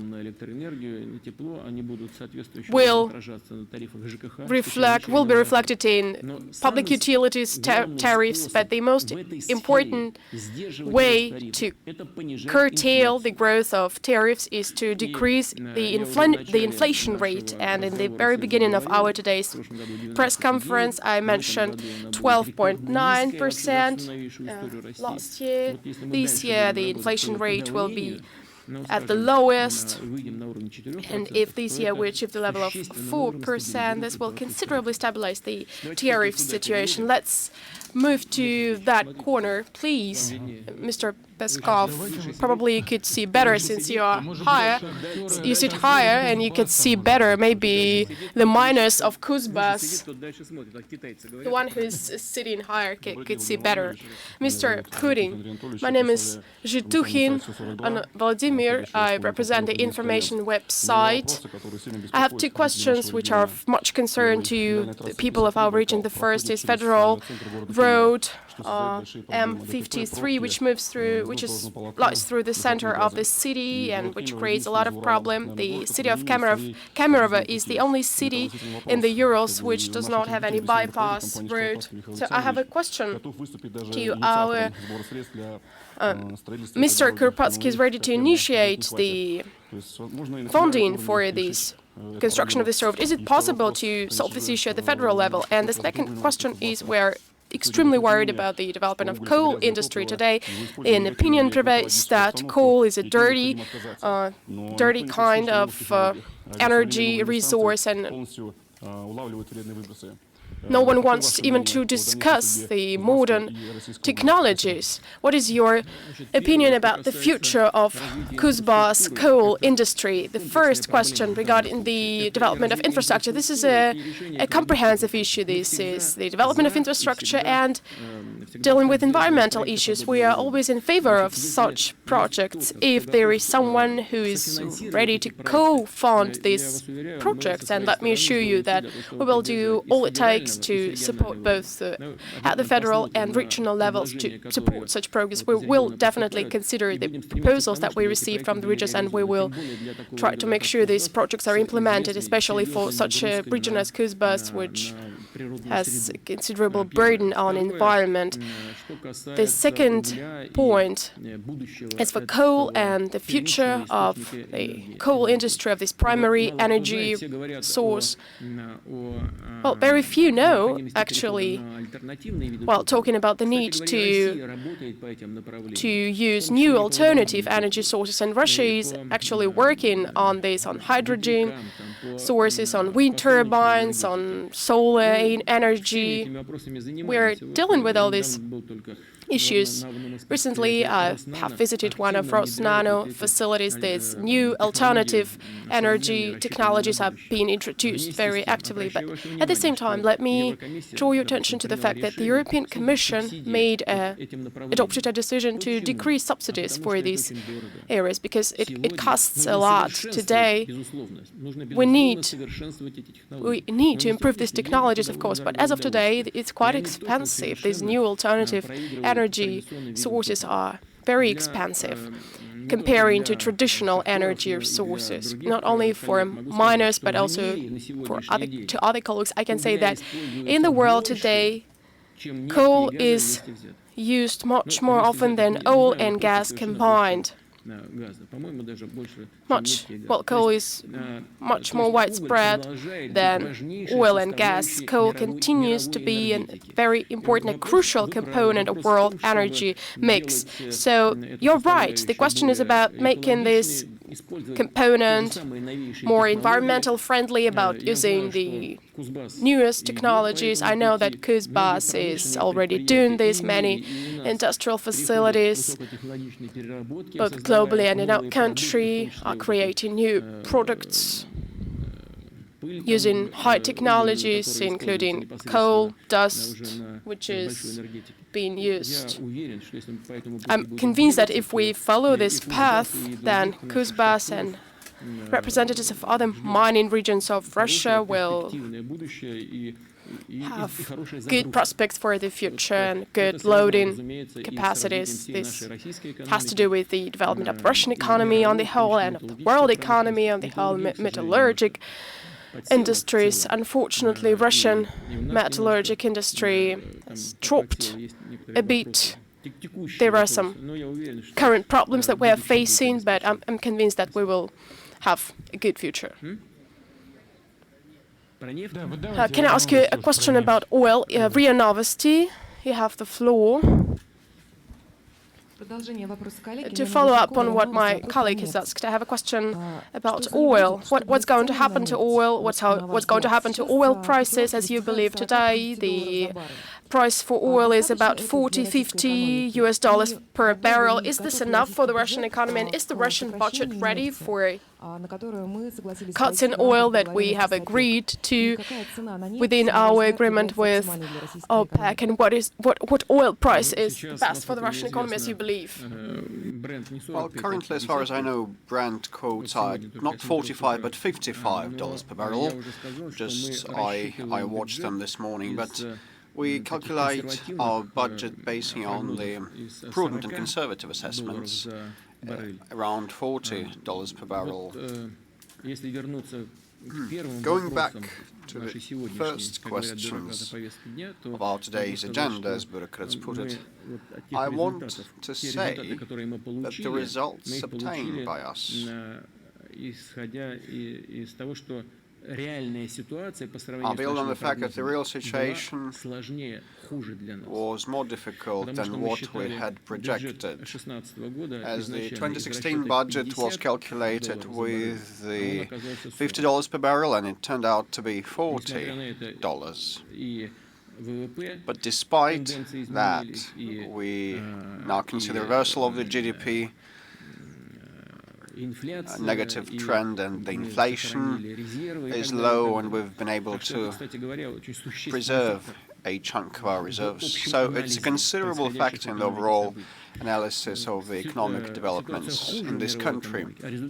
The global economic situation is worse, but we attain a better result than we had expected, so which means that we have adjusted our economy to accommodate the new situation.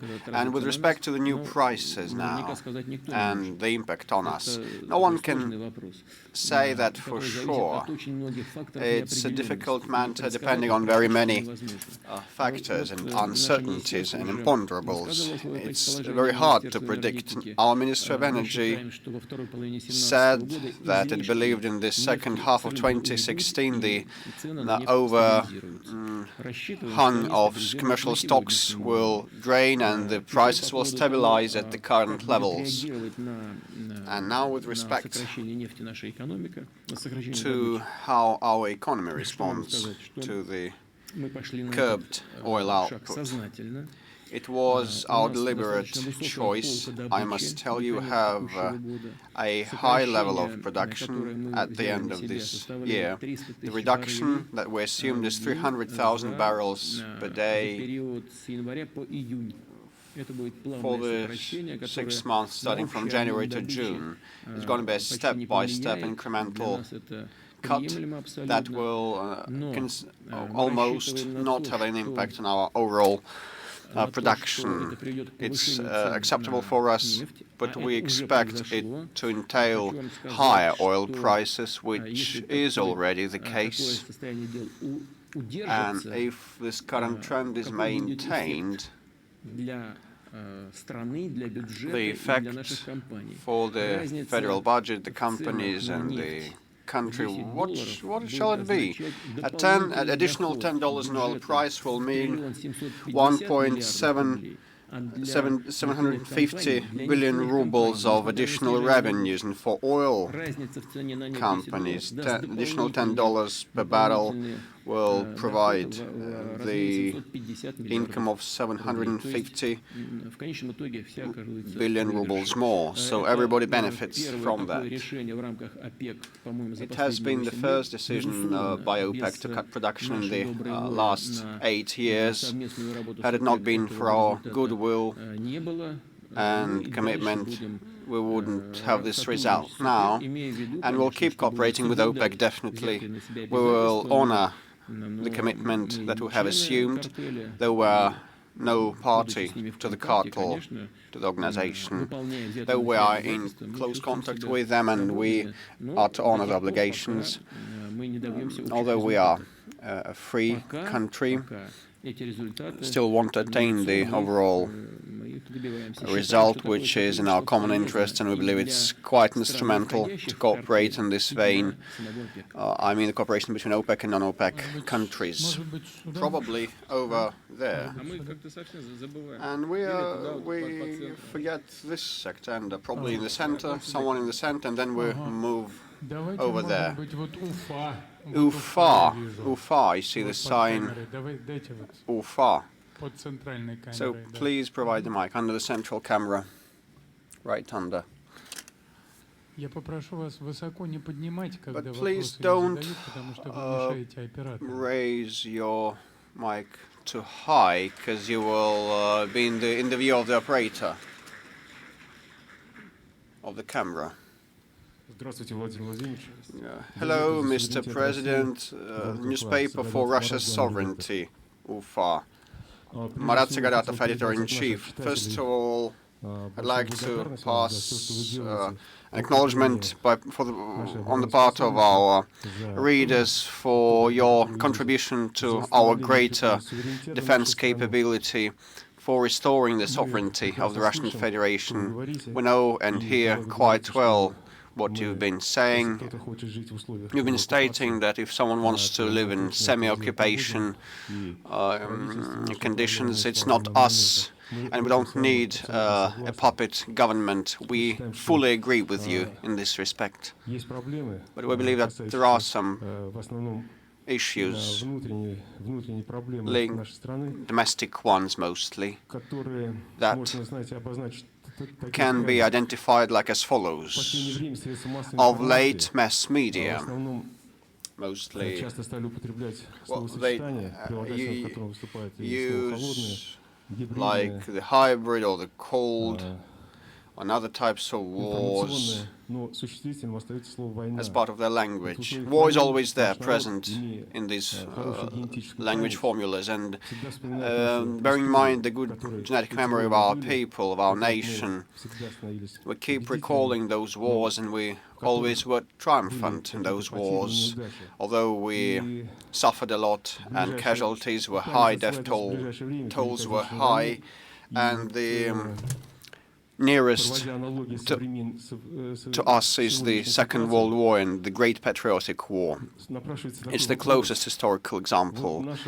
But the question that is in the air is like our economy, our agencies, our ministries are often guided by decrees and rulings of international organizations, and we have often been governed by international entities. International consulting agencies come with inspections to our defense plants. Back then you raised the issue of the non-for-profit organizations, and now we know what the influence of the foreign agents is. But anyway, the consulting area ain't been covered. And our readers ask whether time was ripe to have some import substitution in this sphere as well, and we should have our own consultants and decide on our own. It's not about economy, it's about ideology as well. And that gives rise to a lot of questions, and that inflow of imports brought about a lot of problems and issues with respect to our traditional values that are trampled down and other matters, and we believe that some import substitution is needed in this domain as well. I'd like to learn your opinion on that, because these have been quite urgent and burning issues of late. What steps are you going to make in this respect? Well, you have been mentioning the economic sovereignty, which is a very important thing, and with respect to the patriotic sentiment, oh, you're from Ufa. Yes, we know the moods of Bashkortostan quite well. They've always been such, even in times immemorial. And the Patriotic War of 1812, Bashkiria provided all their males, starting with the age of 16, and they mounted horses and went to the front. And they acted similarly during the Great Patriotic War 70 years ago. With respect to the economic sovereignty and independence, I mentioned it quite often. That is not only about import substitution, but also about the sovereignty of our financial system, and the cards and interbank settlements. Previously we believed many of the components of the banking system are firm and solid and are outside politics, but we've been head-on, we've been tricked. It turned out it's not true. They start resorting to economic leverages, and we should not be oblivious of that, including in the defense area. As regards consulting and rating agencies, which are also important, we must spare a thought here, and it's a vexed question. We are, I'm sure, to establish our own national rating agency, and our consulting capability should be beefed up, and we've been doing so, but the point is that these structures should be transparent, 100% transparent, and they should gain and garner the support and acknowledgement of the business community, otherwise it's going to be in vain. Unless, well, if we eliminate our peers from the market and don't have anyone to step in and fill in and substitute, our business community will be damaged, because all the information provided and the analysis provided by our national domestic rating companies will not be taken into account by international investors unless the first ones are recognized and acknowledged internationally, and that can limit the inflow of investments of both from abroad and domestic ones, and we'll do our best to raise the sovereignty. And let's now give the floor to the Poles. Probably will be about some difficulties and tragedies of the past. I mean, the history, their plane crash probably. Andrzej Zaucha, TV News Poland. 2 years ago, I asked you in this very hall about the debris of the airplane, and you said back then you would talk to the investigative committee. Well, they would always respond that the investigation is in process, but it's been going on for 7 years by now, and probably all the tests and expert assessments have been carried out. So it's only the political decision lacking to return the wreckage. It's in your hands entirely, I believe. And the second issue, of late, a lot is said that Poland is dissociating itself from the EU, and similar things and developments happen in other countries of Europe. From your perspective, a weaker Europe would be more convenient for the Russian Federation. Does the Russian Federation use all this strife and discord inside Europe for its own benefit or not? I'll start with the first question of yours. Investigative committee carries forward investigation till it's in progress. They need the debris. Then second comes with the matter of essence, of the gist of that. It was a horrible tragedy. I read the script of the talks between the pilot and a person from one of the guards of the president. I read that script personally, and where that person, that guard, entered the cockpit and demanded that there should be landing, and the pilot responded, "No, I cannot. It cannot be done. There are no conditions for landing." And the guard said he wasn't able to report that to his chief, and he demanded once again that there should be landing. So there is no room for speculations here. It's been a horrible tragedy, and we did our best to investigate it, but don't use it to fan tensions between states. It's all clear. If there are some unclear matters, let the investigation carry that forward till the end. Now, with respect to a weaker or stronger Europe and our attitude to that, definitely want a reliable, strong, and an independent, autonomous partner in the face of Europe. If, while sorting out our issues between Russia and Europe, we have to turn to third countries or third countries, we would have much less interest talking with Europe. One of the European politicians not long ago said all European countries are small nations, but not all of them are aware of that.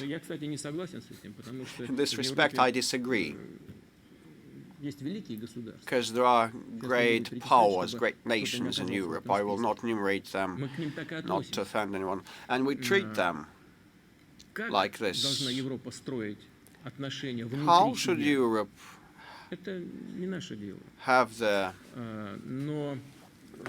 relations between the member states of the EU is not our business. There are two stances. One is the Europe of sovereignties, of independent states, or the other position is that it should be a quasi-federation of the EU. Currently, the number of mandatory European Commission's and European Parliament's decisions is greater than the number of decrees by the Supreme Soviet of the USSR.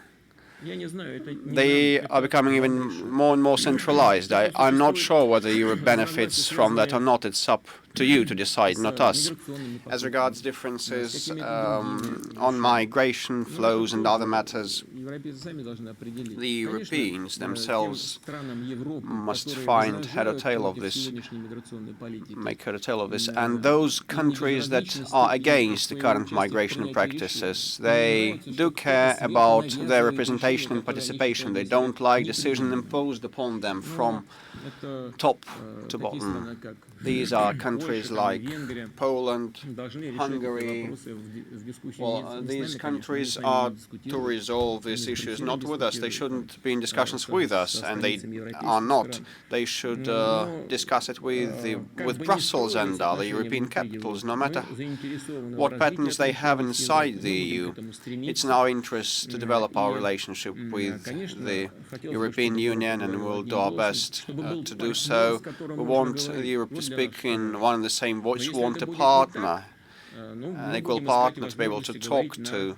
If it's not the case, we would try opportunities to negotiate things with our European partners separately, nation by nation. And today, part of the issues we sort out with the European Commission, and some other matters we resolve with European nations. Their best patterns and structure is not our business.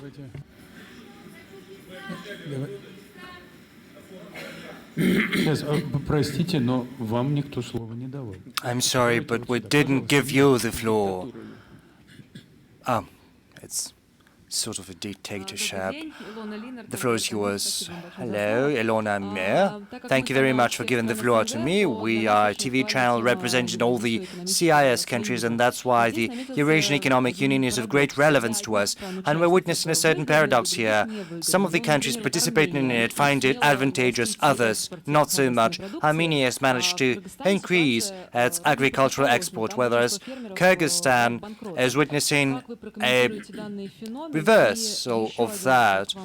The farmers there are suffering. How would you comment on that? An additional question, getting back to Russia, you probably remember those terrible girls in Khabarovsk who killed animals atrociously. In autumn, we've got an ombudsman in Russia, a commissioner for businessmen's rights and for children's rights. Probably we should think about creating a high commissioner for the rights of animals and create a special legislation for that. Well, yes, it does sound great, but the proprietors of dogs, of pets, they've got rights.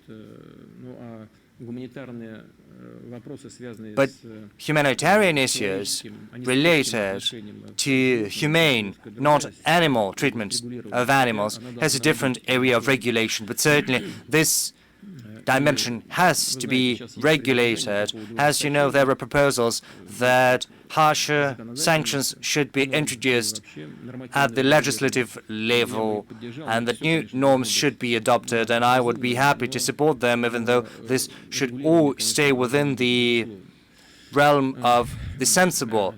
Regulation has to be put in place. The first part of your question, let me answer that first. I think that all the countries of the Eurasian Economic Union are reaping the benefits of what we are doing, integrating these countries. Incidentally, Kyrgyzstan does have some issues which are primarily related to its relations with Russia and Kazakhstan due to some phytosanitary norms. That is the crux of the matter. On the whole, the sales of Kyrgyz goods in the CIS markets and the Eurasian Economic Union markets are growing just as, in some cases, even though I'm not going to cite examples, the sales of Belarusian goods, sometimes the increase is manifold and the double digit. And this is an advantageous process for all the countries that are participating in the Eurasian Economic Union as far as agriculture is concerned. Indeed, there are some issues difficulties related to the need to comply with phytosanitary norms. So far, the Kyrgyzstan issue has not been addressed, even though we are doing our best to help our friends in Kyrgyzstan, helping them to set up a modern phytosanitary supervision system. We do hope that our counterparts from Kazakhstan are going to help Kyrgyzstan, including financially and administratively and professionally, to help them set up such a phytosanitary supervision system. We do not want unverified goods to enter our markets, let alone goods that might be dangerous. There are some discussions around this matter, but there are also means to address the matter, and that can be done quite quickly. Maybe the RT channel that is being accused of all the mortal sins, the RT channel plays. Oh, yes, Russia Today, the floor is yours.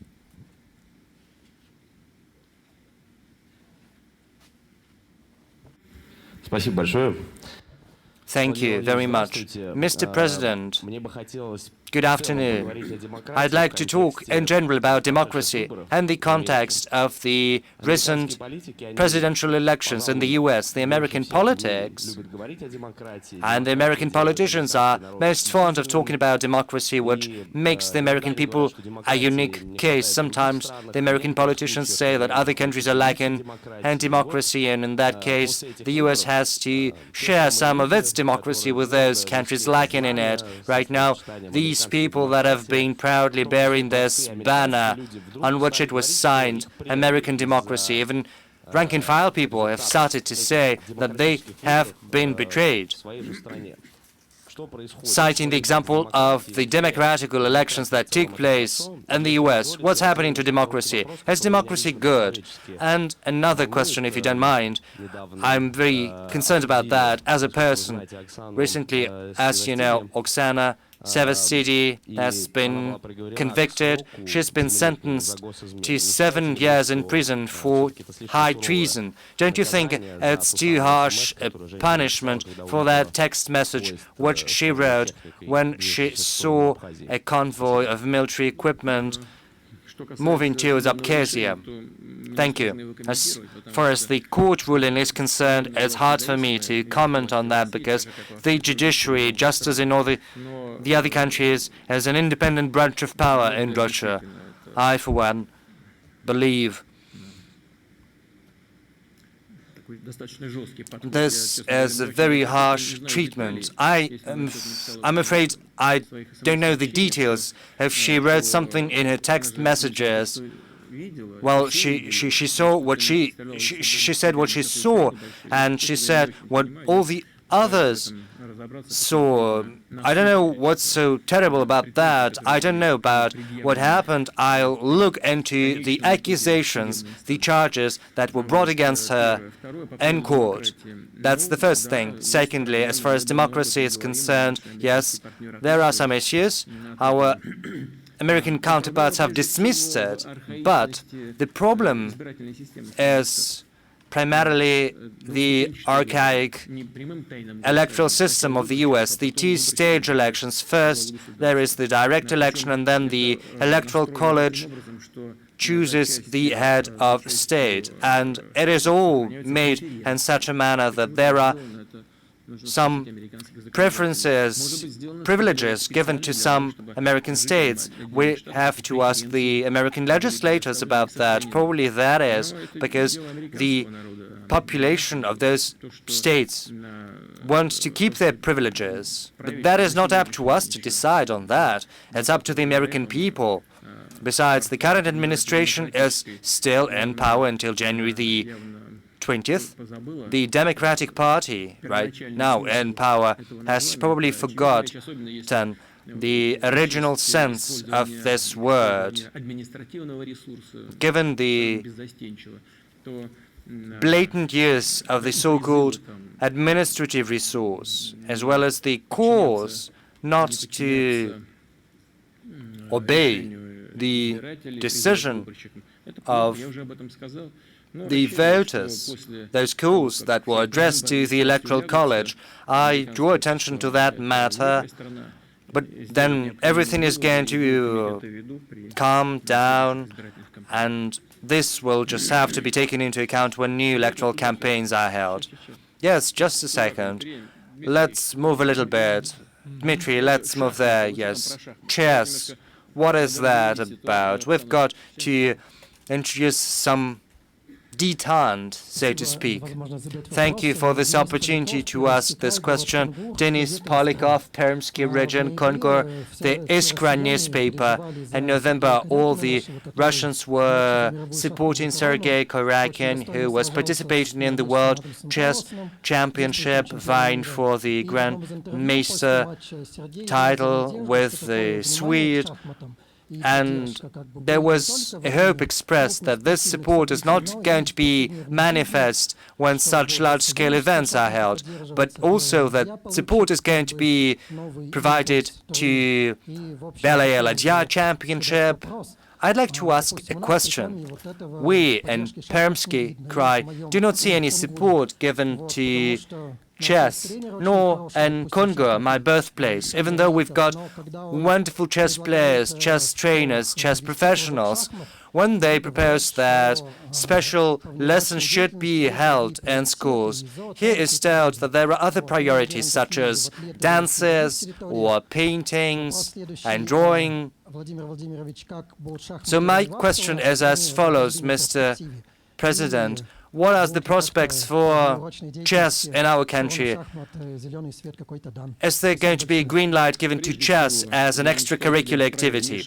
Well, first and foremost, I do not think it is my place to interfere within the purview of the municipal or regional authorities as far as South Rossiya are concerned about what should be put on the school curriculum, what should be withdrawn from it. It's a very delicate matter whether chess is required as an extracurricular activity or as an mandatory subject. This issue has to be addressed on the ground. This is within the remit of schools, not the municipalities in many cases. But indubitably, we can be proud of our chess school. We know full well our outstanding chess players such as Lokin and all the rest. Our modern chess players, we are proud of them. We are proud of our chess school, as I said. As you know, we have specifically created a special section at the Serious Center for talented children in Sochi. Certainly that is not sufficient. We need chess to be developed all across Russia. And you're from Perm. I do hope that in Perm, attention is going to be paid to that matter and that support is going to be provided to the chess trainer that you've just mentioned and all chess lovers. Karakin was doing a great job. He was playing admirably. Magnus, as a prominent chess player, a Grossmeister of our times, our chess player, represented us at a very high level. He represented our chess school. He is a fighter, he is a warrior, and I think that many victories await him in future. Bridge, what is this bridge you wanted to ask about? Can you give the mic here to the person in the front row?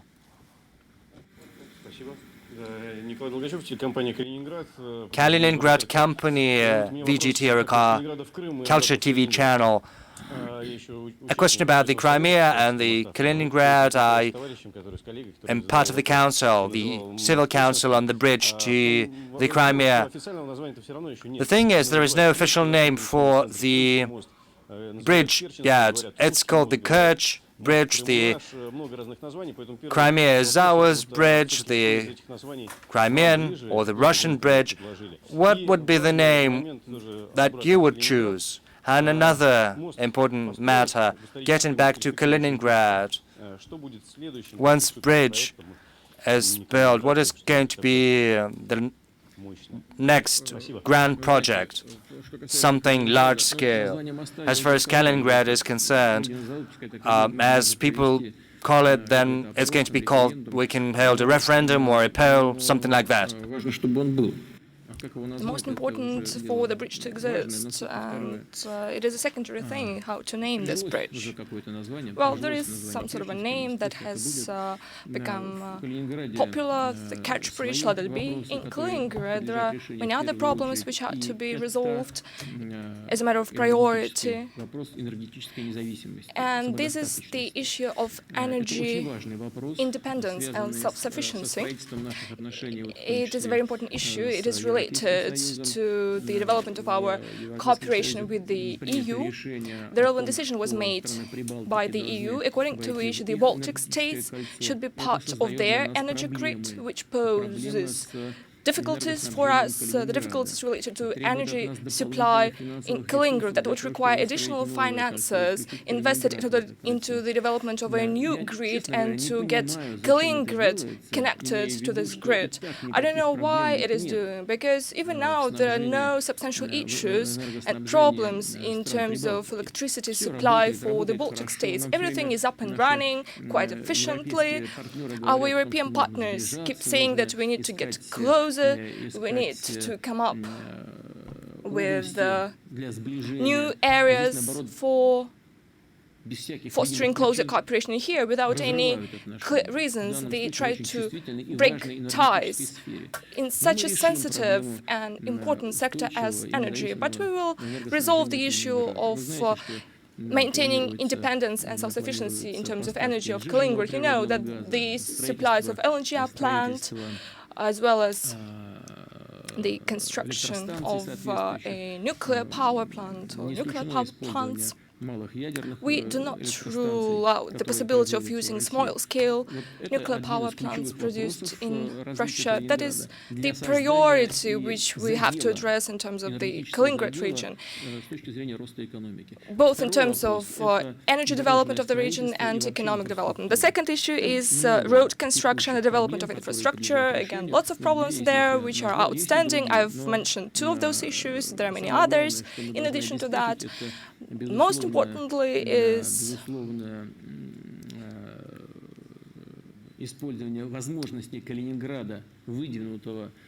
to exploit the capabilities of the Kaliningrad region, which is the closest region to the European partners. We need to keep it on a general economic track and trend in terms of preferences. Kaliningrad is enjoying in the economic field, and the special economic area benefits followed by the support given by the federal budget. All of that should be streamlined so that let Kaliningrad develop at its natural pace without undermining the attempts to address social and economic issues. By the way, with regard to Crimea, one of the problems it is facing is electricity supply. Let me inform you of the fact that Chernomor-Naftogaz finalized its work on interconnecting the Crimean energy system with the main trunk networks and pipelines of the Russian Federation. In the upcoming 2 days, the relevant announcement is going to be made. We'll announce that the work has been finalized and Russian gas is going to be shipped to Crimea.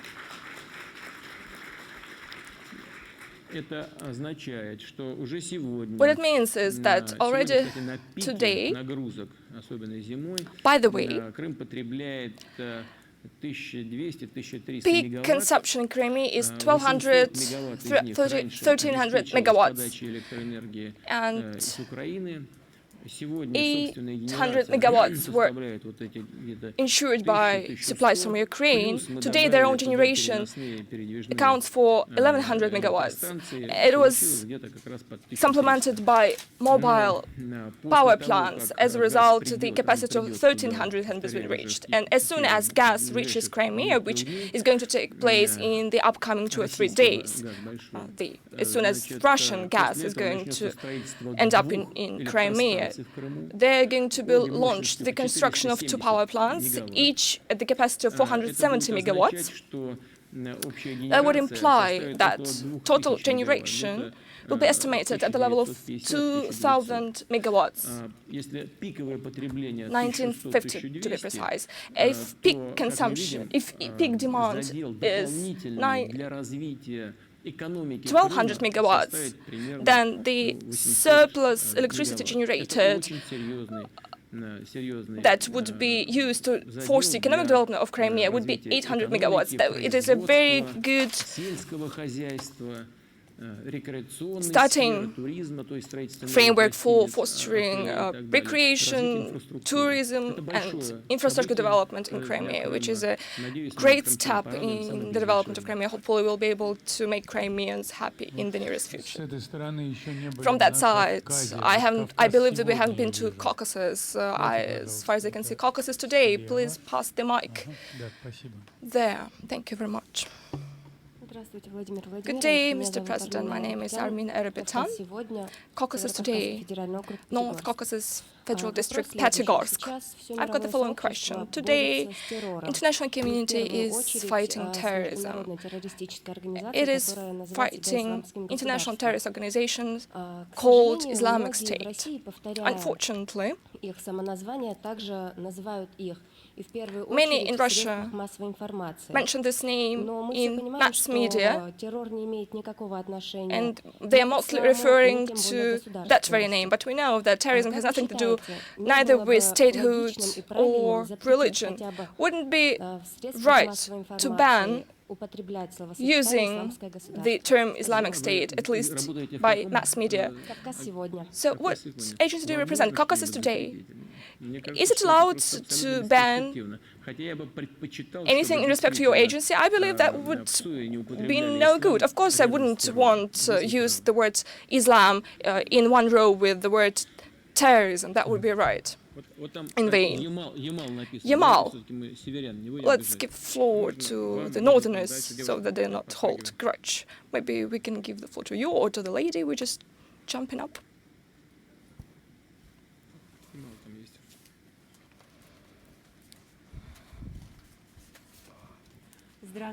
Good day, Madam Gorokhova, North Press, Salihard, Yamal.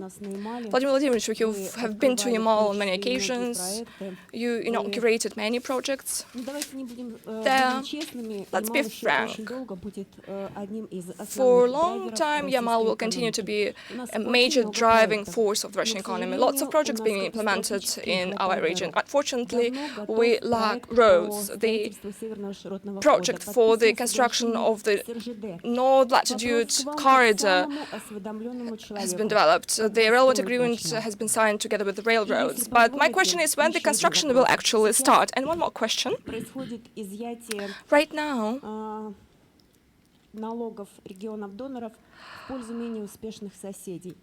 donor regions have been exempt from taxes. Well, taxes is a good thing, but living at the expense of others, that's what's bad. Do you think that this assistance should be a permanent thing or a temporary one? Well, let me start with the beginning. So the Northern Latitude Corridor project. Will you be able to implement this project by yourself? No, I don't think so, which means that you need some sort of assistance. That is why the Finance Ministry initiative called evening out the revenues of various regions. I believe that this initiative is a very good thing to do. For example, if there is one region benefiting from natural resources abound in this region, we shouldn't forget about that these are actually national natural resources. And all citizens have equal rights to these resources, and that could be ensured only when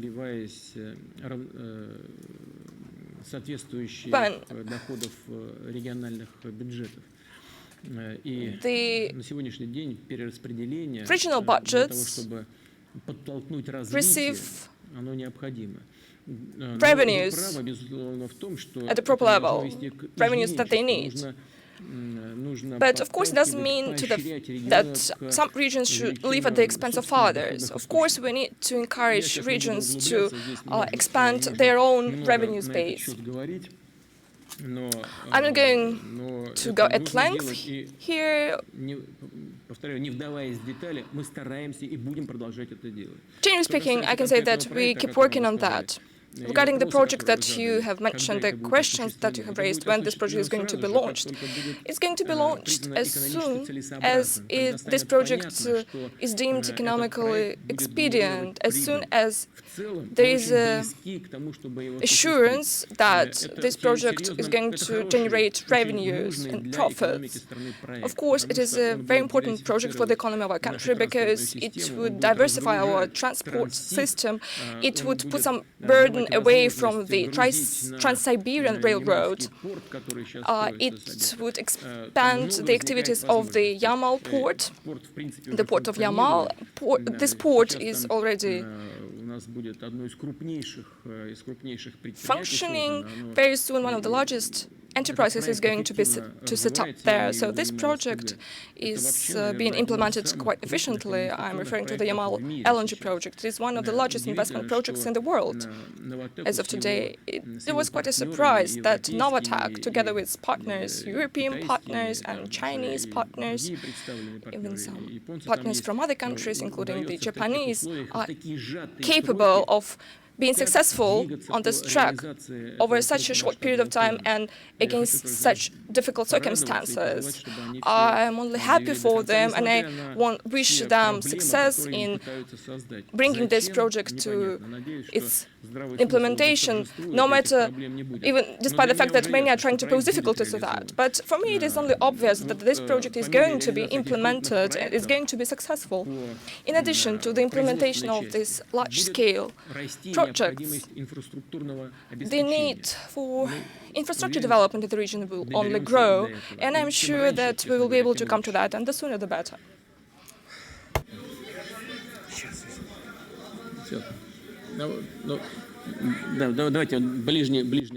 So, Middle East now. Very good. This young man is dressed so beautiful. I cannot just but give a floor to him. Good day, Your Excellency, Mr. President. My name is Rossiya Mohammed, Kurdistan 24 TV channel. My question is, as it is well known, the Kurds were severely damaged during, they played a huge role in the fight against international terrorism. Russia is being active in the world, namely in the Middle East. So my question is as follows. What is Russian standpoint regarding the fact that Kurds from the Iraqi Kurdistan have already made first steps towards gaining independence? Thank you. Well, Russia has always pursued good relations with the people of Kurdistan. They have their own very complex destiny. We know what is happening right now in the region of the Middle East. I can only confirm that the Kurdish armed formations are demonstrating great fortitude in the fight against terrorism, and they are very efficient. Regarding the issues related to sovereignty and independence of certain fractions of certain states, I believe that all of us should stick to the principles of international law, that eventually the rights of the legitimate rights of the Kurdish people would be respected and ensured. In what forms, that would depend on Iraq and on the people of and Kurdish people themselves. We are maintaining contacts with Kyrgyz and Bogdan, but we are not going to interfere into the Iraqi process. Just a minute. Well, you know, there is this lenta.ru internet agency. Maybe we could give a floor to the representatives of this agency. Good day, Tatiana Melakan, Lenta.ru. Well, the word patriotism has been mentioned here today. This word has become a buzzword this year, to the point that it's starting to lose its significance. Isn't a state overreaching itself in supporting patriotism? Because right now there are heated public debates on this issue due to the forced suspension of the photo exhibition in Moscow, the forced suspension of Jesus Superstar performance in Omsk, because substitution of notions is very dangerous when hooliganism can be justified as the fight for spirituality and patriotism. So what is your point of view? Should we distinguish between our own hooligans because they're patriots and others because they're not patriots? And one more question. Here the issue related to cruelty towards animals in Khabarovsk was mentioned. And that is just an example of a horrific story going on in Russia. You mentioned about animals owned by other people, and you mentioned that these are the rights of people who own those animals, but there are also stray animals, and maybe some order could be restored regarding the shelters for such stray animals and many other issues. And I would ask you to make a more stringent amendments to legislation in terms of regulating cruel attitude towards animals. Well, that's what I actually said when I said that when talking about animals, we should be guided by the principles of humane attitude towards animals. We should be civilized here because we know that an attack of stray dogs at kids and people, it is a very dangerous thing, and the regional authorities cannot turn a blind eye to these issues. But again, civilized measures should be introduced to address those issues. Now, regarding patriotism, whether the state is going to encourage that, of course it will, because there is nothing else that could unite all of us together. Should we distinguish between our hooligans and their hooligans? Well, we should not do that. Hooligans are hooligans, first of all. We should distinguish between common sense and all the other stuff that emerges in this context. Well, we should not feed ourselves on information phobias. The exhibition, let's take the example of the exhibition. Had no one suspected that exhibition, no one would have paid attention to it. On the other hand, the organizers of this exhibition, and everyone knows this, I guess, this author was actually, there were attempts to hold him criminally liable, but he decided that he was allowed to do in Russia something that he was not allowed to do in the United States. The reaction was not probably civilized, and it is probably bad, but some authorities are responsible for decision-making, and the community itself should have some self-restrictions. That is what we talked about in St. Petersburg at the meeting of the council, that it was the Council for Culture, by the way. So people there asked me about the prohibition of Jesus Christ Superstar opera. We should not feed ourselves with phobia, with some false data. As far as I know, this play was not staged in Omsk, but before it was staged in Omsk, and a lot of people visited this opera. Tickets sales were opened and the ticket sale has been going on for 2 months, but only 46 tickets have been sold. Therefore, the organizers of this opera abandoned the idea of staging this play, so no one prohibited anything. It is impossible to prohibit anything in today's world. We're not going to follow that path, but this very sensitive sphere, and what we need here is a dialogue with this society. That's for sure. I agree with you on this point.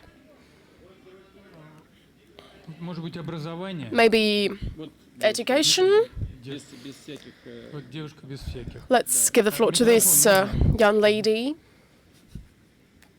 Could we pass the mic to her, please? Thank you. Olga Polotova, First TV channel. Mr. President, right now there are just 3 hospices for children in Russia. The first Moscow hospital has been under construction for 3 years, but thanks to this place, terminally ill children will not be left with their illnesses. They will not be tortured by their pain. They will be able to stay at places where mom will always be close to them. They will be able to stay at places where they will be able to live and to play. But there are problems in the construction. It has been funded by charity organizations. There is not enough funding, but families with terminally ill children do not have time to wait. Maybe it's time for the state to intervene and to finish the construction, because what we're talking about here are children. But, well, maybe, as you've said, this construction was launched by charity organizations, by donors, so when such a sensitive area is being dealt with, we always support such initiatives. I have decorated one of priests with an order who has made this goal the goal of his life, and who's been actively involved in this, and the state is also actively involved in this. So when donors start dealing with such issues, they should understand what the result of their work is going to be, and that is actually true for any kind of sphere. If you undertake some initiative, you should finish the business. And talking generally, of course, more attention should be paid to this, and I really hope that after this conversation with you, your colleagues and you, the First TV channel, would broadcast this information, and I really hope that local authorities would also pay their attention to this, as well as in other regions of the Russian Federation. Let's ask maybe this part of the whole, maybe education, maybe? Stop juvenile justice. What do you mean precisely? Yeah, good afternoon. Ria Ivanchai. Dear colleagues, Mr. President, on the 9th of February 2013, you visited the meeting of parents in the Column Hall, during which you said that the so-called juvenile justice of the Western type will not be established in Russia. As of today, I can say that I'm the head of the Human Rights Center, and I believe that juvenile justice exists in our country, as well as in Nordic countries. An amendment was adopted in June. You asked to decriminalize the Article 116, and your instruction has been implemented in quite a weird manner. Discriminatory measure was introduced. A discriminatory measure was introduced for children. So if a father slapped his child, he could have received 2 years of prison. If this was done by a neighbor, then the neighbor would simply face an administrative penalty. Back at that meeting, we have gathered 180,000 signatures against juvenile justice. Right now, we have gathered 250,000 signatures against juvenile justice, against illegal interference into family affairs and other things. And all these letters contain an appeal to meet with this parent community. Right now, these parents are standing behind my back. These are the community of parents. They ask you to have a meeting with them.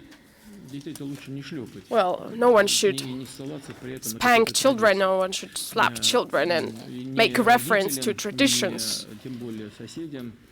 Parents or neighbors, no one should spank children, although this happens sometimes, and because of this, children are being spanked and sometimes they are being beaten up. Children depend on their parents, on adults They are the most vulnerable group in any country. There are many other ways to bring children up without any spanking, but we should not drive ourselves crazy on this matter and destroy families. I'm personally against this perverted standards of juvenile justice, and I believe that I have received the report on the implementation of my instruction by the chair of the State Duma about the adoption of the relevant amendments. Let's go back to this issue once again. I promised that I would once again consider this issue very carefully, and interference into family affairs is unacceptable. Let's go back to this issue once again in detail. Thank you very much. Alexander Gama from Komsomolskaya Pravda asks to have the floor. Yes, please. Alexander Gamov, Komsomolskaya Pravda Radio and newspaper. My question is as follows. It's quite an acute answer. That's why I expect a frank answer from you. You appoint people as heads of regions, people from your closest circle. I've met with them personally on purpose, and there were interviews in Komsomolskaya Pravda with Alexei Damin, with Hero of Russia, with Mr. Dmitry Mironov. Alexei Damin is a governor of the Tula region, Mr. Mironov is the governor of the Yaroslavl region, and it seemed to me that you followed the tradition that you launched about 8 years ago when you appointed Yanuzbek Yevkurov as head of Ingushetia, who is a general mayor and hero of Russia, and he lived up to your confidence. I also met with the honest governor of Russia, of the Kaliningrad region, Mr. Alekhanov, who is 30 years old, and now I'm thinking whether you're doing this on purpose and whether you will continue doing so when building the governor corps in the future. And what is the reason for this? Do you not trust the local governor corps due to some well-known facts? And many things are being discussed in mass media and in Komsomolskaya Pravda newspaper that allegedly Mr. Putin is somehow testing them, Mr. Mironov and others. Why are you testing them? What are you testing them for? And are there some far-reaching goals? And what are these goals? These goals are the benefit of Russia. And how are we going to achieve these goals? We need to deal with social issues, with economy, with defense capabilities, and to do so we need professionals. How many regions do we have? 85 regions in Russia, and you've mentioned just 3 persons. So have they played, or are they playing a considerable role in the governor corps? Who was appointed or who was elected in constituencies of Russia? Let's see what's going on. And that is the answer to the question whether we have confidence in local staff or not. Well, of course, we do have this confidence and trust, and in most parts of Russia, people who come from this region work in them. But there are some cases when elite should be renewed, when blood should be renewed. This is an obvious fact, and that is what people of the regions need. They need some kind of renewal of the regional elites. You've mentioned just 2 or 3 people, but there have been more. There have been more appointments. What about Yablikov, who was sent to Komi? What about the appointment for the Kirov region? These are young, efficient leaders. What about the new head of Sebastopol? They are quite dynamic, young, much promising leaders, as I believe. And by the way, they have a very good reputation. So the criterion for the selection consist in personal and business qualities which allow me to believe that they will cope efficiently with their duties and obligations. As for my plans that I have for them, that will depend on them, on how the citizens will assess their work. So the head of the Tula region has been working there for 6 months, and after that 85% of voters supported him. That is a good figure, but that's not enough. Now we need practical results. That is true for other colleagues of mine in Sevastopol, in the Kirov region, in the Yaroslavl region. I've had a recent conversation with a legendary person, with Tereshkova, who said, "It is so nice. Thank you so much for finding this person for the Yaroslavl region." And it means that it shows that this person fits the goal which he is about to achieve. Well, I wish him every success. I wish them all every success to work for the benefit of people living in these regions. Berlin, let's give the floor to Berlin. Just a second, you will be provided with a mic.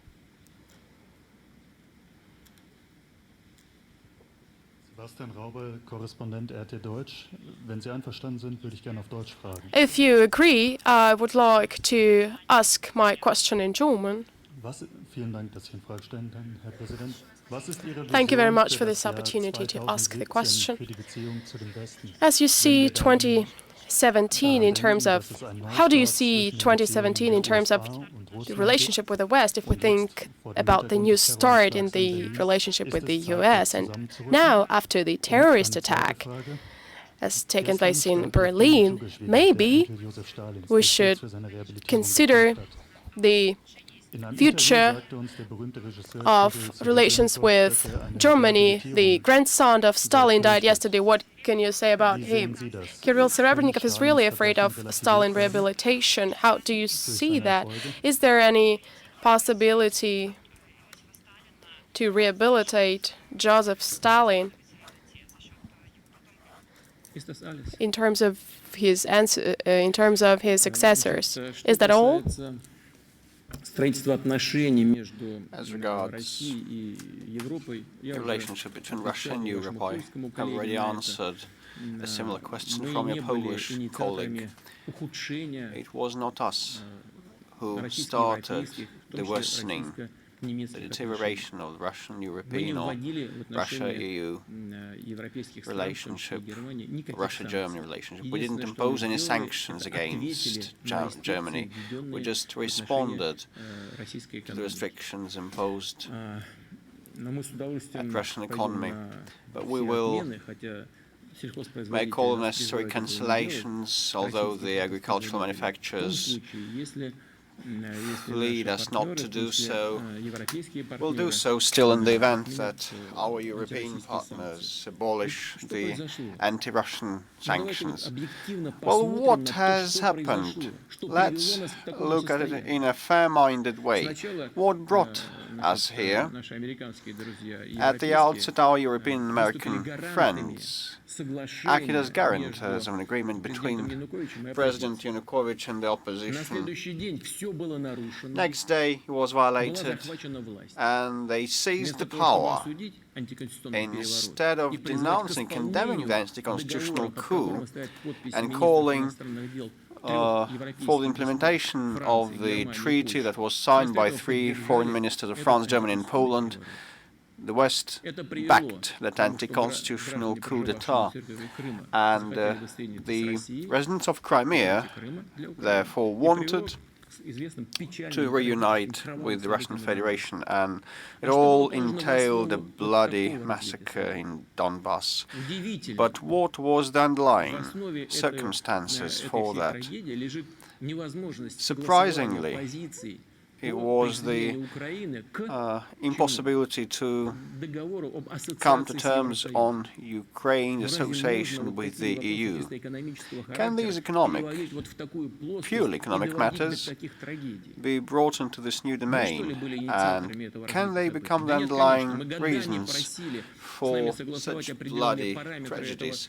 For years we asked to coordinate the parameters with us, and Mr. Yanukovych said at the end of the day that I want to accede to that agreement, but I want to think about the terms, and I want to discuss it domestically with my government and talk to Russia, because we have very close economic ties and we need their market. We have a very high level of cooperation, and our European partners then responded no. They said, you know, the outcome.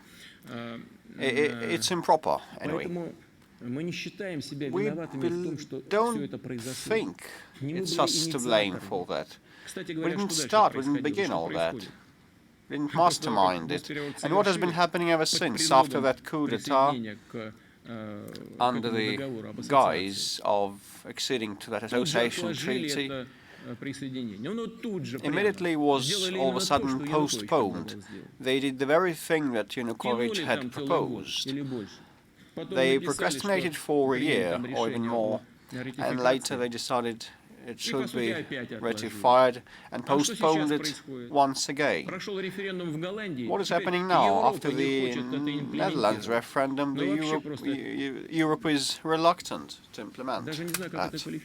I don't know how to call it, how to characterize it. Now we've been speaking about a visa-free entry for the Ukrainians. It's, you know, it will be curbed anyway. It's under question. There's a big question mark in it. And if it happens, the labor migrants from Ukraine will be in deplorable conditions in Europe. But it would have been better to do that in a smooth way, without any differences and squabbles. And this is something that we want to jointly resolve the goals that we face. One of our paramount tasks is fighting against terrorism. We express our condolences to the families and nearest and dearest of those who suffered, lost their lives in Germany, in Berlin. And during the 70th anniversary of the GA, it was said that only by uniting efforts, joining hands, we can work together to counter terrorism. But how can we join hands if we see sanctions imposed at us? And there is a rollback of all the cooperation initiatives, like the British colleagues folded back their relations with the Federal Security Service, and as a result we miss blows and receive heavy, very sensitive blows and strikes. Could we yield to Mr. Kolesnikov from Kommersant, who wants to ask? Is he one of the Kremlin pool? Oh yeah, he's on the list. Oh yeah, Kolesnikov, Kommersant newspaper. Mr. President, how would you respond to the following question? Why you have to become president of Russia once again in 2018? Why you must? And how can you answer to a question why you shouldn't become a president in 2018? Well, you're a provocateur all the time. You've been doing that all the time.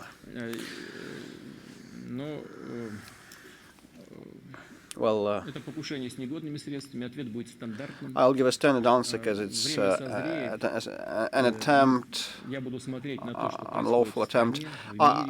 When time comes, I will look at what is the situation domestically and globally, and I will build on what we'll be able to achieve by then and how we should do that. And basing on all this, I will make up my mind whether to participate or not in the forthcoming presidential campaign.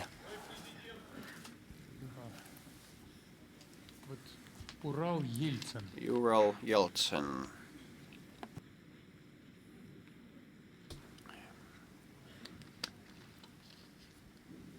Afternoon, Kierna Veronika, nakanonie.eu website. You know quite well the resonance around the Yeltsin Center in Yekaterinburg. What is your view on the discussion between the well-known film director Nikita Mikhalkov, who has criticized Yeltsin Center because it rehabilitates 1990s and distorts history? Are you in agreement with such a position that it should not be allowed? And what would your response be to people that are outrageous that public funds are spent on that?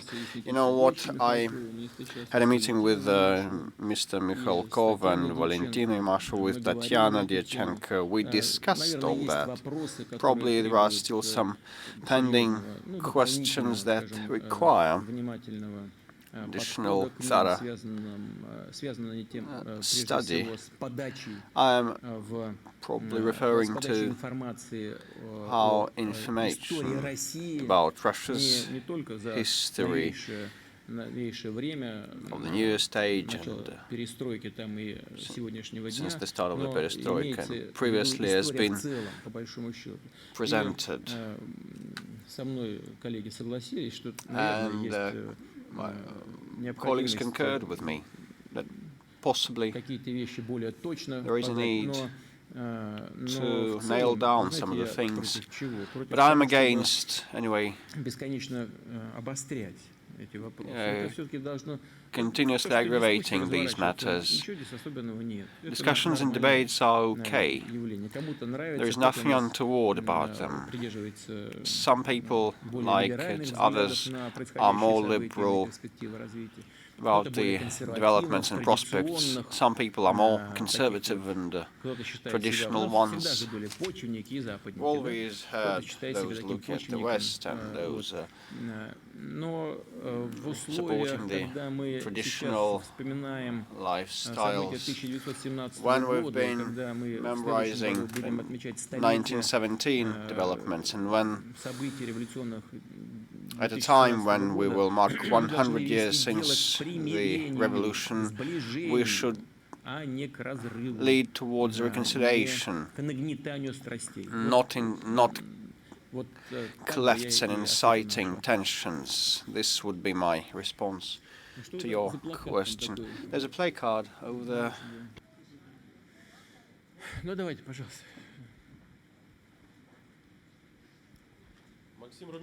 Maxim Rumyantsov, Free Journalism Center, Ekaterinburg. Mr. Putin, I'll just follow up on the environmental issue. Rosatom has been building strategical facilities that are on the federal program list today. We have environmental and ecological cells similar to ISIS, but they have their own ecological, environmental terrorism. Some of them are foreign agents, but they don't have any bearing on the environmental protection. So how do you filter out all the claims that the executive office of president receives, and they are an obstacle to the industrial development, and sometimes they monopolize us, like in the Urals they do, for example, at Tomensky smelting plant. Today foreign agents are quite active there, including non-for-profit organizations, environmental activists and champions. And my last thing, Serebryanka village was blocked last year, and the elderly people received food on credit, but there were promises to build a road in 2018, but it's still a far way ahead. So how shall they survive? With respect to your last point, I will draw the governor's attention to this problem, and I'm sure he will respond. And such things happen every now and then, and it's a pity that the regional authorities dissociate themselves from resolving such matters, and people, no matter where they live on our soil, should have access to all the modern amenities. As regards environmental activists and our filtering out and selecting those who care for nature and environment and those who want to capitalize on that. It's not about foreign agents, though environmental entities and activists are used sometimes by our competitors in order to drag down the development of Russian infrastructure or generation facilities. I can very well recall foreign governments inciting some of the champions, environmental champions, so that they should put handicaps on port and other transport infrastructure, facilities development and construction. But thank goodness these operate okay today. But we anyway should pay heed to the environmental issues, and that refers primarily to Rosatom, which is one of the major Russian and global nuclear companies with the state-of-the-art post-Fukushima technologies acknowledged, universally recognized by IAEA and international experts to be the safest in the world. We have taken stock of all that happened in the USSR and worldwide. We have recapped that and provided and came up with real safe solutions. But there always may happen abuses in environment, and I can recall a talk with one of my international friends, and he had a chat with a chum of his, and that chum demanded 30 million euro from a friend of mine, and that chum wanted the money right now and said, give it on your own discretion. And the board of directors was held, and they decided at the meeting to pay that pay this amount. So such things happen, and how one can respond to that? One shouldn't waive these matters. Just one should just analyze such matters thoroughly with respect to the economic viability and safety and security. What's happening? What's the matter? Please take the mic. Yes, here we go. Once again, Mr. President, thank you. Indeed, it seemed a little bit ridiculous, but it's not just a question, it's a matter of life and death. I do hope you'll excuse me. My name is Yekaterina Vinokurova. I'm from publishing house Nak.com. I follow your addresses, your speeches all the time. And Mr. President, you say wonderful, kind words one cannot but agree with. But the following day, everything takes an absolutely different course. Well, everything is going this way or the other way. It's too radical a statement. Let me cite an example.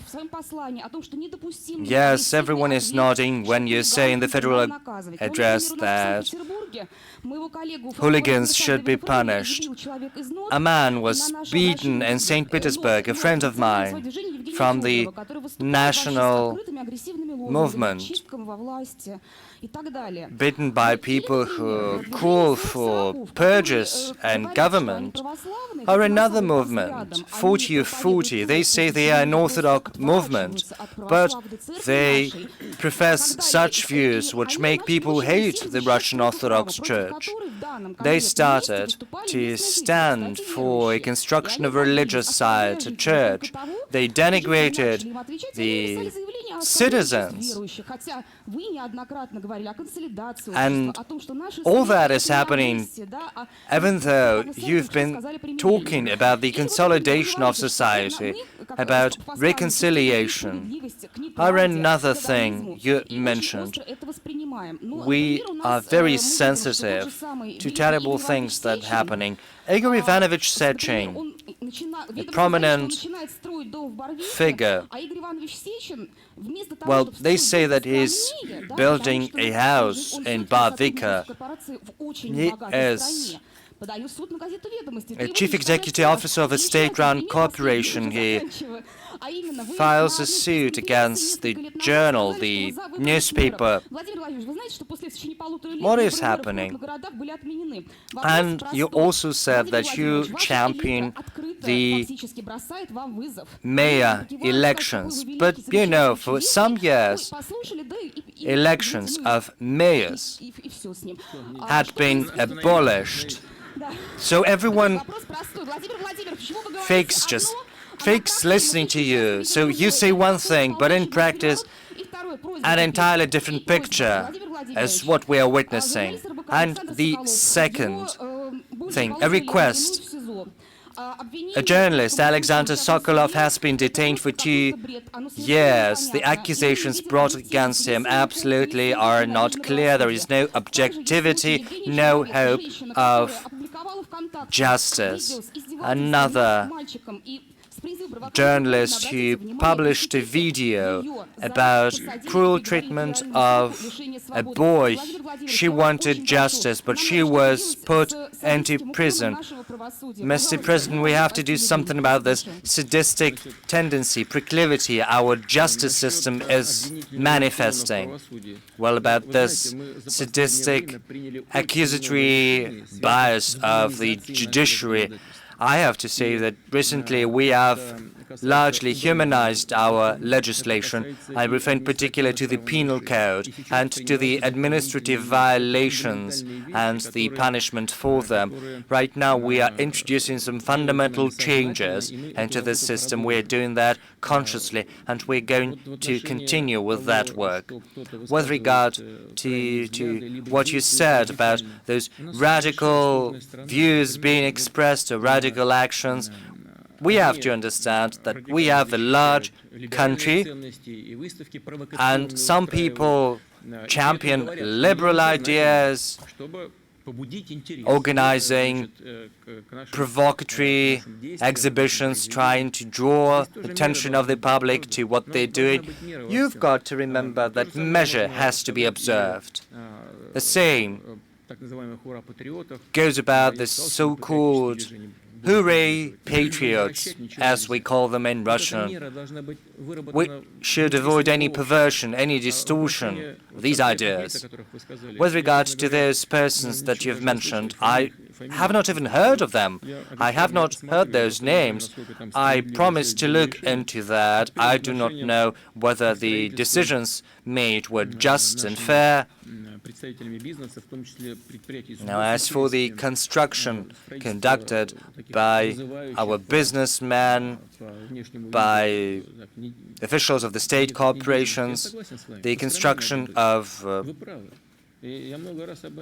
such gaudy houses, yes, indeed, I agree with you. Just as you said, they have to be more modest. The same goes about the revenues they have, the bonuses they get, even though that is possible within the framework of the law. We should understand the situation the country is in. We shouldn't annoy people, exasperate them. As far as suits, legal cases are concerned, it is up to the court to rule on the fairness or unfairness of this or that action. If a physical person, an individual, files a lawsuit, it's up to the court to rule on whether there is any guilt or not. As far as I know, this process, Searching versus the newspaper, Searching demanded that he should be paid by the RBC several billions.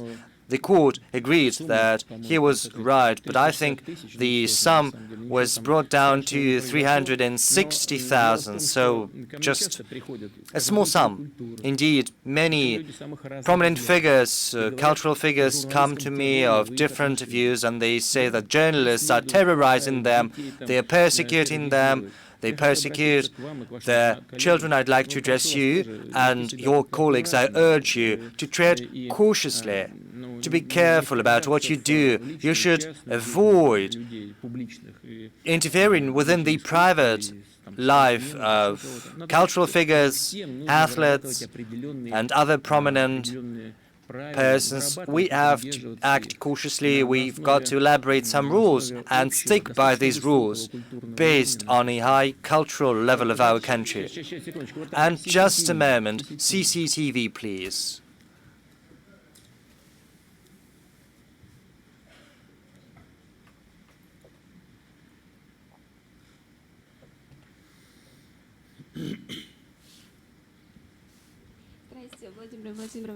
Good afternoon, Mr. President.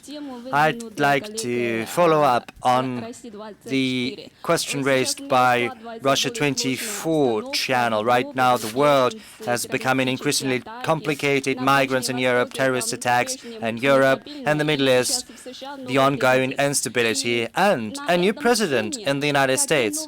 Against this backdrop, what are the new approaches to addressing regional and global issues? What approaches should be elaborated by such large-scale countries as Russia and China? How is it going to affect our relations? As is well known, the level of cooperation between China and Russia is very high.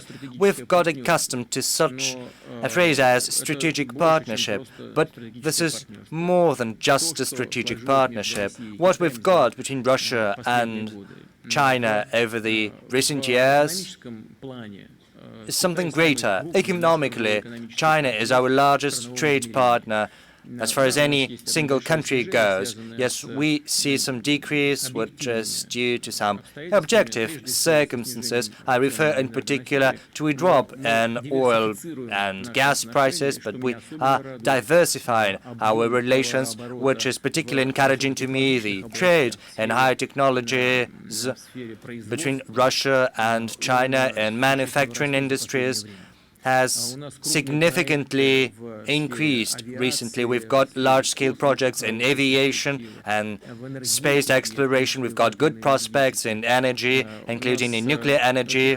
We've got good prospects as well. There are good initiatives which I do hope are going to be implemented in infrastructure-related projects. We are developing, and we're going to continue with that despite the difficulties that have arisen. I'm not going to dwell on those.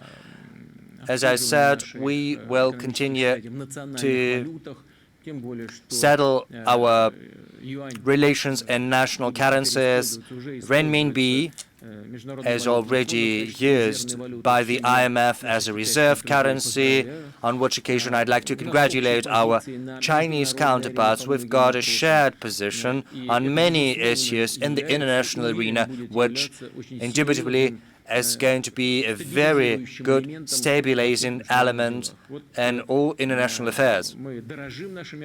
We highly value our relations with China, and we look forward to developing them further. RBC has been mentioned. Probably we'll give them the floor. The second row in the middle. The mic, please.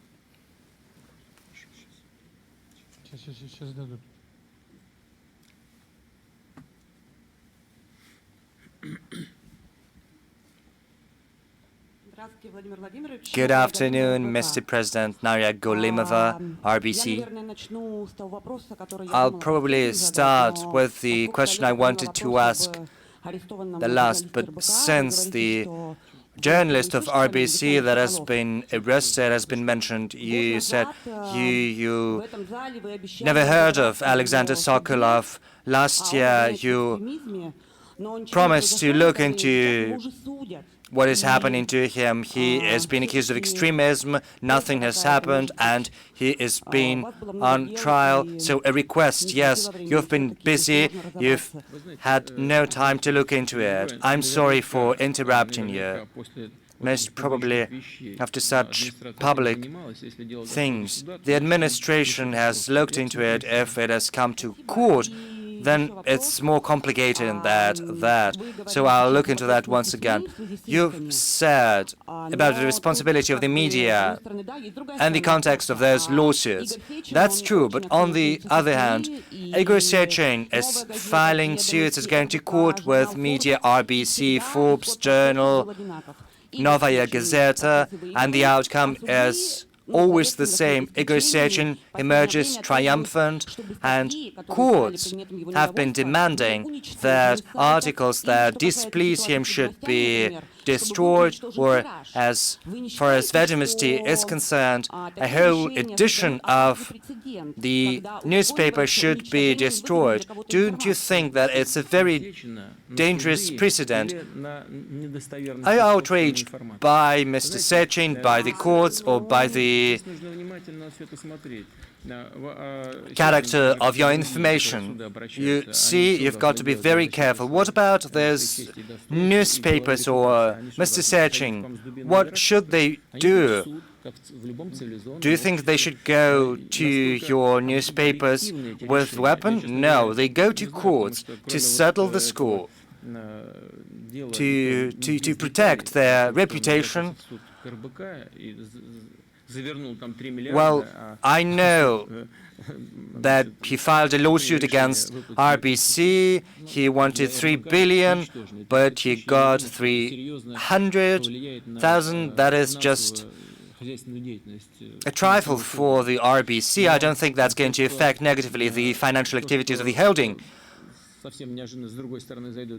But I don't know the details. I see the newspaper are picking at officials, at large businessmen who represent state-owned corporations. That's good. But what about the destruction of publications? Well, to be honest, I cannot give an assessment. If that's a ruling, then it has to be observed. And another question, if you don't mind. A taxation matter, very important. I'm sorry, Mr. Peskov.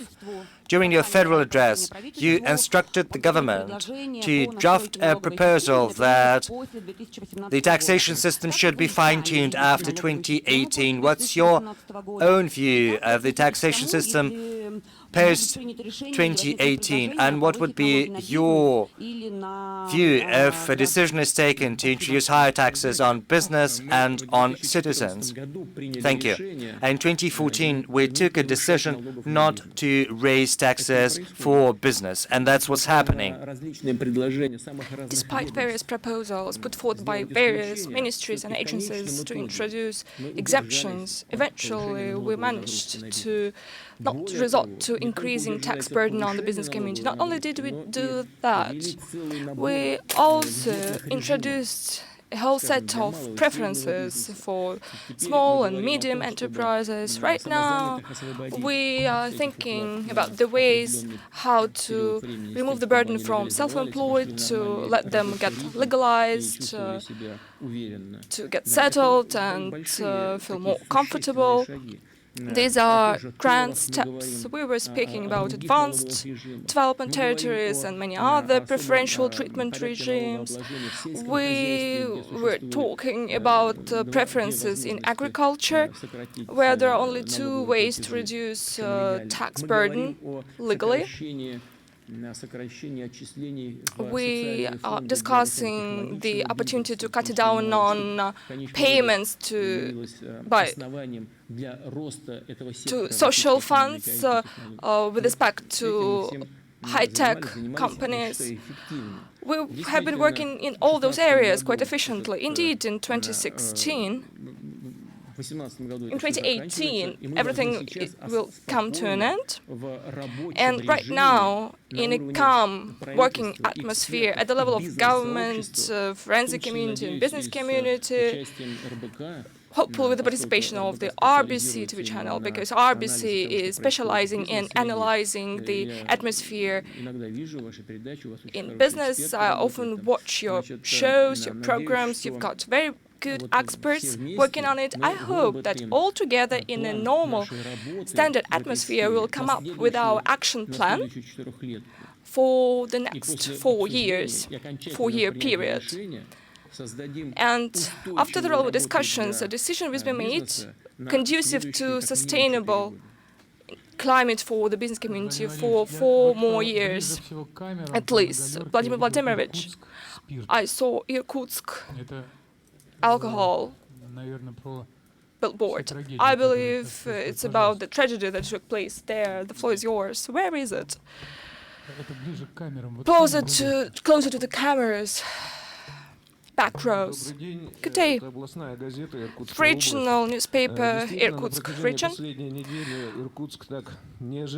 Well, during last week, Irkutsk has become notoriously famous, and two questions in relation to that. Right now, the Irkutsk region has become at the front of the fight against trading in alcohol-containing liquids, which were not designed for food purposes. Mr. Kloponin came up with a program yesterday that is to be implemented in the fight against the trafficking in these goods, and it's good to know that it's not only the region of Irkutsk that is that bad, that is the problem that is quite typical of the territory of Siberia. Excise duties were proposed to be introduced on technical alcohol. Well, the problem is not about the lack of excise duties in this field.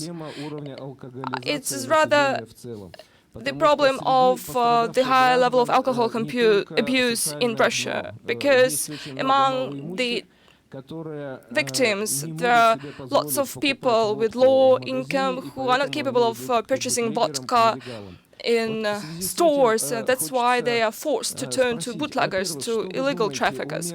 So what is your assessment as to measures that the government has come up with in the area of preventing such cases from repeating? Are there any measures to be made in reducing the level of alcohol abuse in the population in the area of fighting alcohol consumption as the social evil? Thank you. Well, first of all, what's happening in Irkutsk is a horrific tragedy. No words left, actually. That is reprehensible, because the controlling bodies, the supervision bodies, failed from preventing this tragedy to happen. Now, regarding what really took place there, number of citizens from a foreign state set up the production of these cosmetics for the treatment of bathrooms, for cleaning of bathrooms, and they use the spirit, which is actually not a poison, but someone from that group of people decided to make some money. He didn't really realize what he was doing. I think so, that he didn't really realize what he was doing. Well, he found out this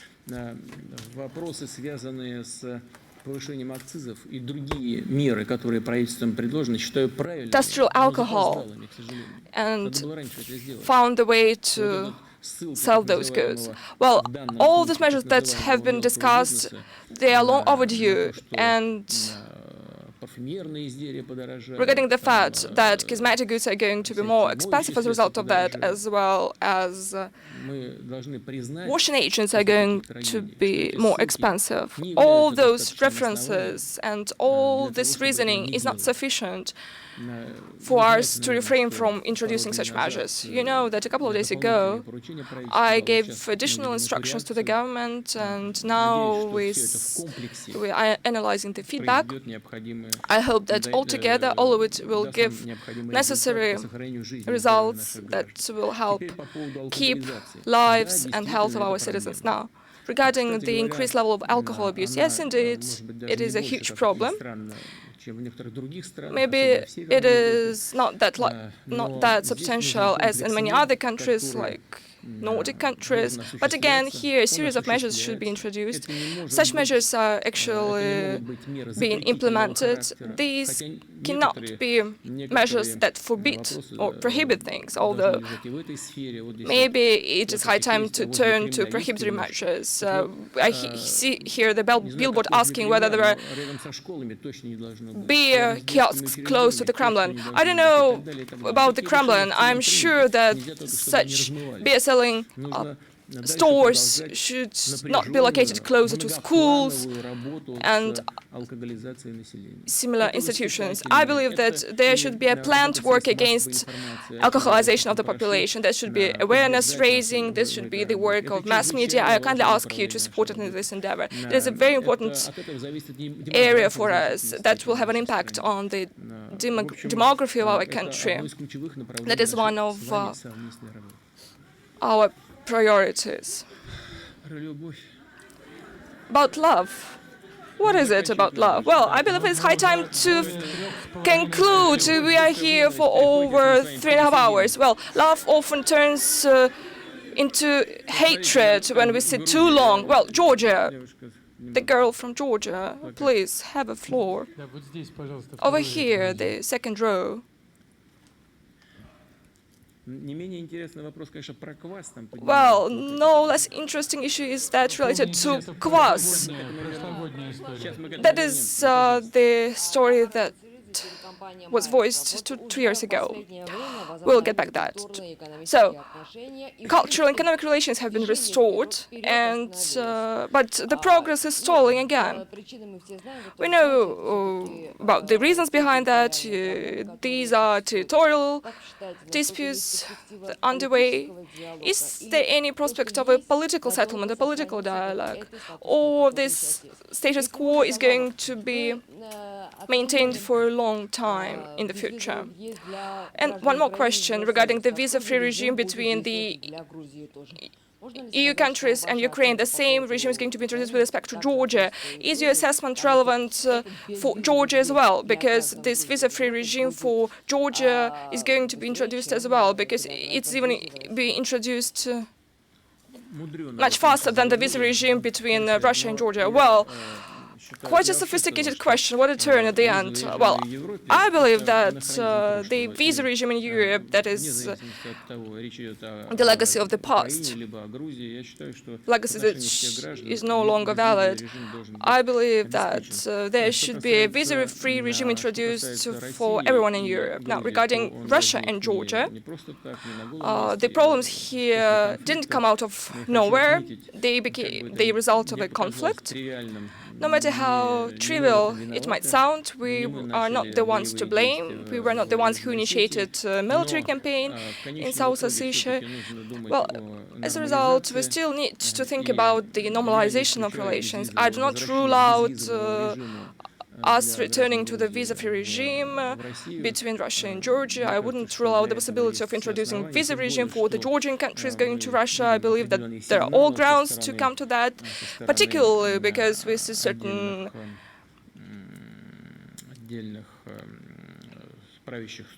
message coming from separate ruling structures in Georgia. I believe it is of great importance to normalize cooperation between special services and law enforcement agencies from the point of view of our joint fight against terrorism, so that this visa-free regime will not be a detriment to our security. That's where we need to focus. But as the rest, I think it could be possible. Now let's get back to kvass. What is it about that? I believe that last year or 2 years ago we were trying to answer the question related to kvass. So no to vodka and yes to kvass, that's what you're saying. My name is Vladimir, I'm from Kyiv. I would like to thank you for kvass separately, because now it is being exported to China and the United States. Well, market, you know, it is boundless. Nothing would have been possible without your support. Please do visit us anytime, and you may rest confident that there's going to be a line willing to talk to you and to see you. Now, the question is about the governors, your people. You mentioned Mr. Vasilyev, who wanted to come up with a platform of goods produced in Kyiv. If I am to come to you with every brand produced in Vyatka, I believe that there are going to be new press conferences every 300 years. Do you think that we are going to live that long? Well, I'm an optimist. I have always been like that. Well, Vladimir Vladimirovich, there are lots of things to be proud of. He wants to set up a platform for brands produced in Kyiv. So there is a 1 hour flight distance from Moscow to Kyiv and 1 night railroad distance. What do you want from me? Well, just a moment, be patient. What we want to do is to restore the domestically produced fare. First of all, we want to come up with this platform in Kyiv, and then we would humbly ask you to support that, and after that reduplicate it and make it a national phenomenon, because there is such a company in Russia, a virtual fair of domestically produced goods. I'm referring to this fair organized in Moscow. That's what's already happening. Well, before that, there were some shady markets. No one didn't even know where they came from. But now this tradition is being restored, and if you have any ideas related to presenting domestically produced goods, in presenting Kyiv-produced goods in Moscow, then that would be highly welcomed. I believe Mr. Sobyanin would be happy to find out about that. I would ask you to discuss this issue with his colleague from Kyiv. One of the directions in the development of our economy is attempts to open up new markets, to restore old markets. So I can refer to your support. When are you going to visit us? Thank you very much for this invitation. I'll try my best. Thank you very much. Well, you know, it is high time to conclude, otherwise we would talk forever. I believe a couple more questions. NBC News Moscow. Let's give floor to our American colleagues once again. Thank you very much. I will be brief without any introduction. When are you expecting to meet Donald Trump, and how is your strategic agenda going to look like? What are your expectations? Thank you. Well, it is very difficult to tell right now. Most importantly is for the President-elect of the United States to have a possibility to calmly shape his team. Without that, unprepared meetings would not be expedient. And what about agenda? Well, agenda might include issues to normalize our relations. During the election campaign, Mr. Trump mentioned that he finds it important to normalize our relations. He mentioned that it can get any worse because we've already been through the worst, and we'll try to improve the situation. Very interesting billboard. Give me. What do you want? Up there. So what do you want me to give you? Good afternoon. My name is Vladimir Gusev. I represent the Federal Information Agency, Blocknot.ru. My question is following. Mr. Putin, what mistake that you've made you believe to be the greatest this year, and what mistake do you believe is the biggest mistake you've ever made while being a president of Russia? You know, I've been asked such questions before on many occasions by your colleagues. You know, every person makes mistakes. To err is humane, and no one can live or work without mistakes. And I'm not going to repeat all the things that I've mentioned already many times, but let me draw conclusions from all those mistakes that I've made to avoid them in the future, so that we could work together efficiently, including me.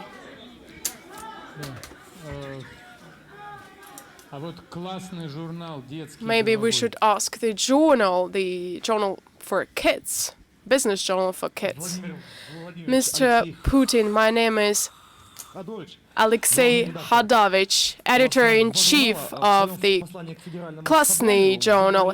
During your address to the Federal Assembly, you were talking about the need to bring up a moral person, and it is impossible without reading. Kids today watch videos in the internet, they play video games, while journals that are published for children actually teach children to read. However, such journals are disappearing from libraries. We've talked to librarians, and librarians say that they've been cuts in funding and they have So the first question is, can the state somehow help bring magazines for children back? And the second question is the question that we've received from our reader who is interested in robots, that is Sasha Aksonenko, who is 8 years old. He's from Moscow. What robot do you miss in Kremlin? Thank you. You know, robots are needed in industries, in production, when we are dealing with some sensitive issues which have an impact on, and when we're dealing with sensitive issues which have an impact on millions of lives, we have to be humane, and we can't really count on robots in such areas. As for libraries in general and as for literature for children, we are trying to revive libraries on the new basis because it's interesting to simply read books, to touch books, to see pictures in books, to see the texts. But today's information carriers, of course, they leave no space for books, but we need to have the right content on today's digital carriers, which is especially important when bringing up the young generation, when we are actually forming their mindset and their attitude to life. We need to turn libraries into new multimedia centers, equipped with books and with internet. As in many other sensitive spheres, we should pay more attention to this, not only at the federal level, but first of all at the regional and municipal level. If additional support is needed from the federal budget, we will consider this, but we need to understand the specific details, because simply allocating the money is not always efficient for support, but we need to support this definitely.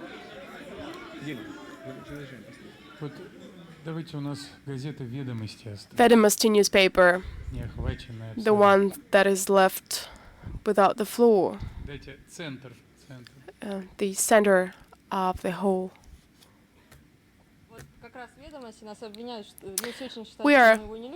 Mr. Sechenov believes that we do not,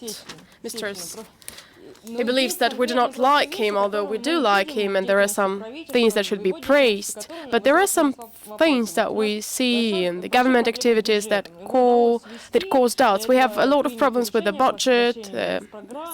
Decisions have been adopted to cut investment. But at the same time, for state companies, but at the same time, we have the Rosneft organization, and the dividend and the income from these companies does not go straightly into the budget. They go to Rosneft, and then Rosneft transfers a part of that money to the budget. Rosneft has its own programs, so it is not clear why Rosneft needs this money, and it's not clear why this money, which is our money, does not go to the budget. This money could have been allocated for some social goals, and it could have been used for the the Russian Foundation of Direct Investment. Well, you represent Vedomosti, a liberal economic newspaper, so there is the money of the Rosneft that is a reserve. That is absolutely transparent. There is nothing untransparent about this. This is government-controlled money. We finance some projects from this money. When the government forgets that there are priorities that attention should be paid to last year, next year, projects will be financed additionally from the budget of Rosneft in terms of science and technologies.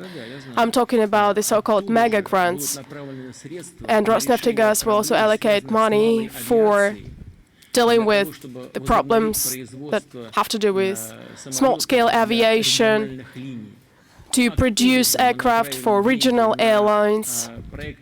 We will also allocate money from Rosneft for large-scale aviation, to produce engines with high thrust. We have produced engines that have not been in production for 29 years. Now we need to produce another engine for 30-35 tons, and this will allow us, together with our Chinese friends, to create long-distance, wide-range aircraft. And after all the disputes, after all the controversies, if there is not enough money in the government, we will spend the money from Rosneft on. That's it. Thank you very much. Happy New Year. And thank you very much for your patience. I wish you every success.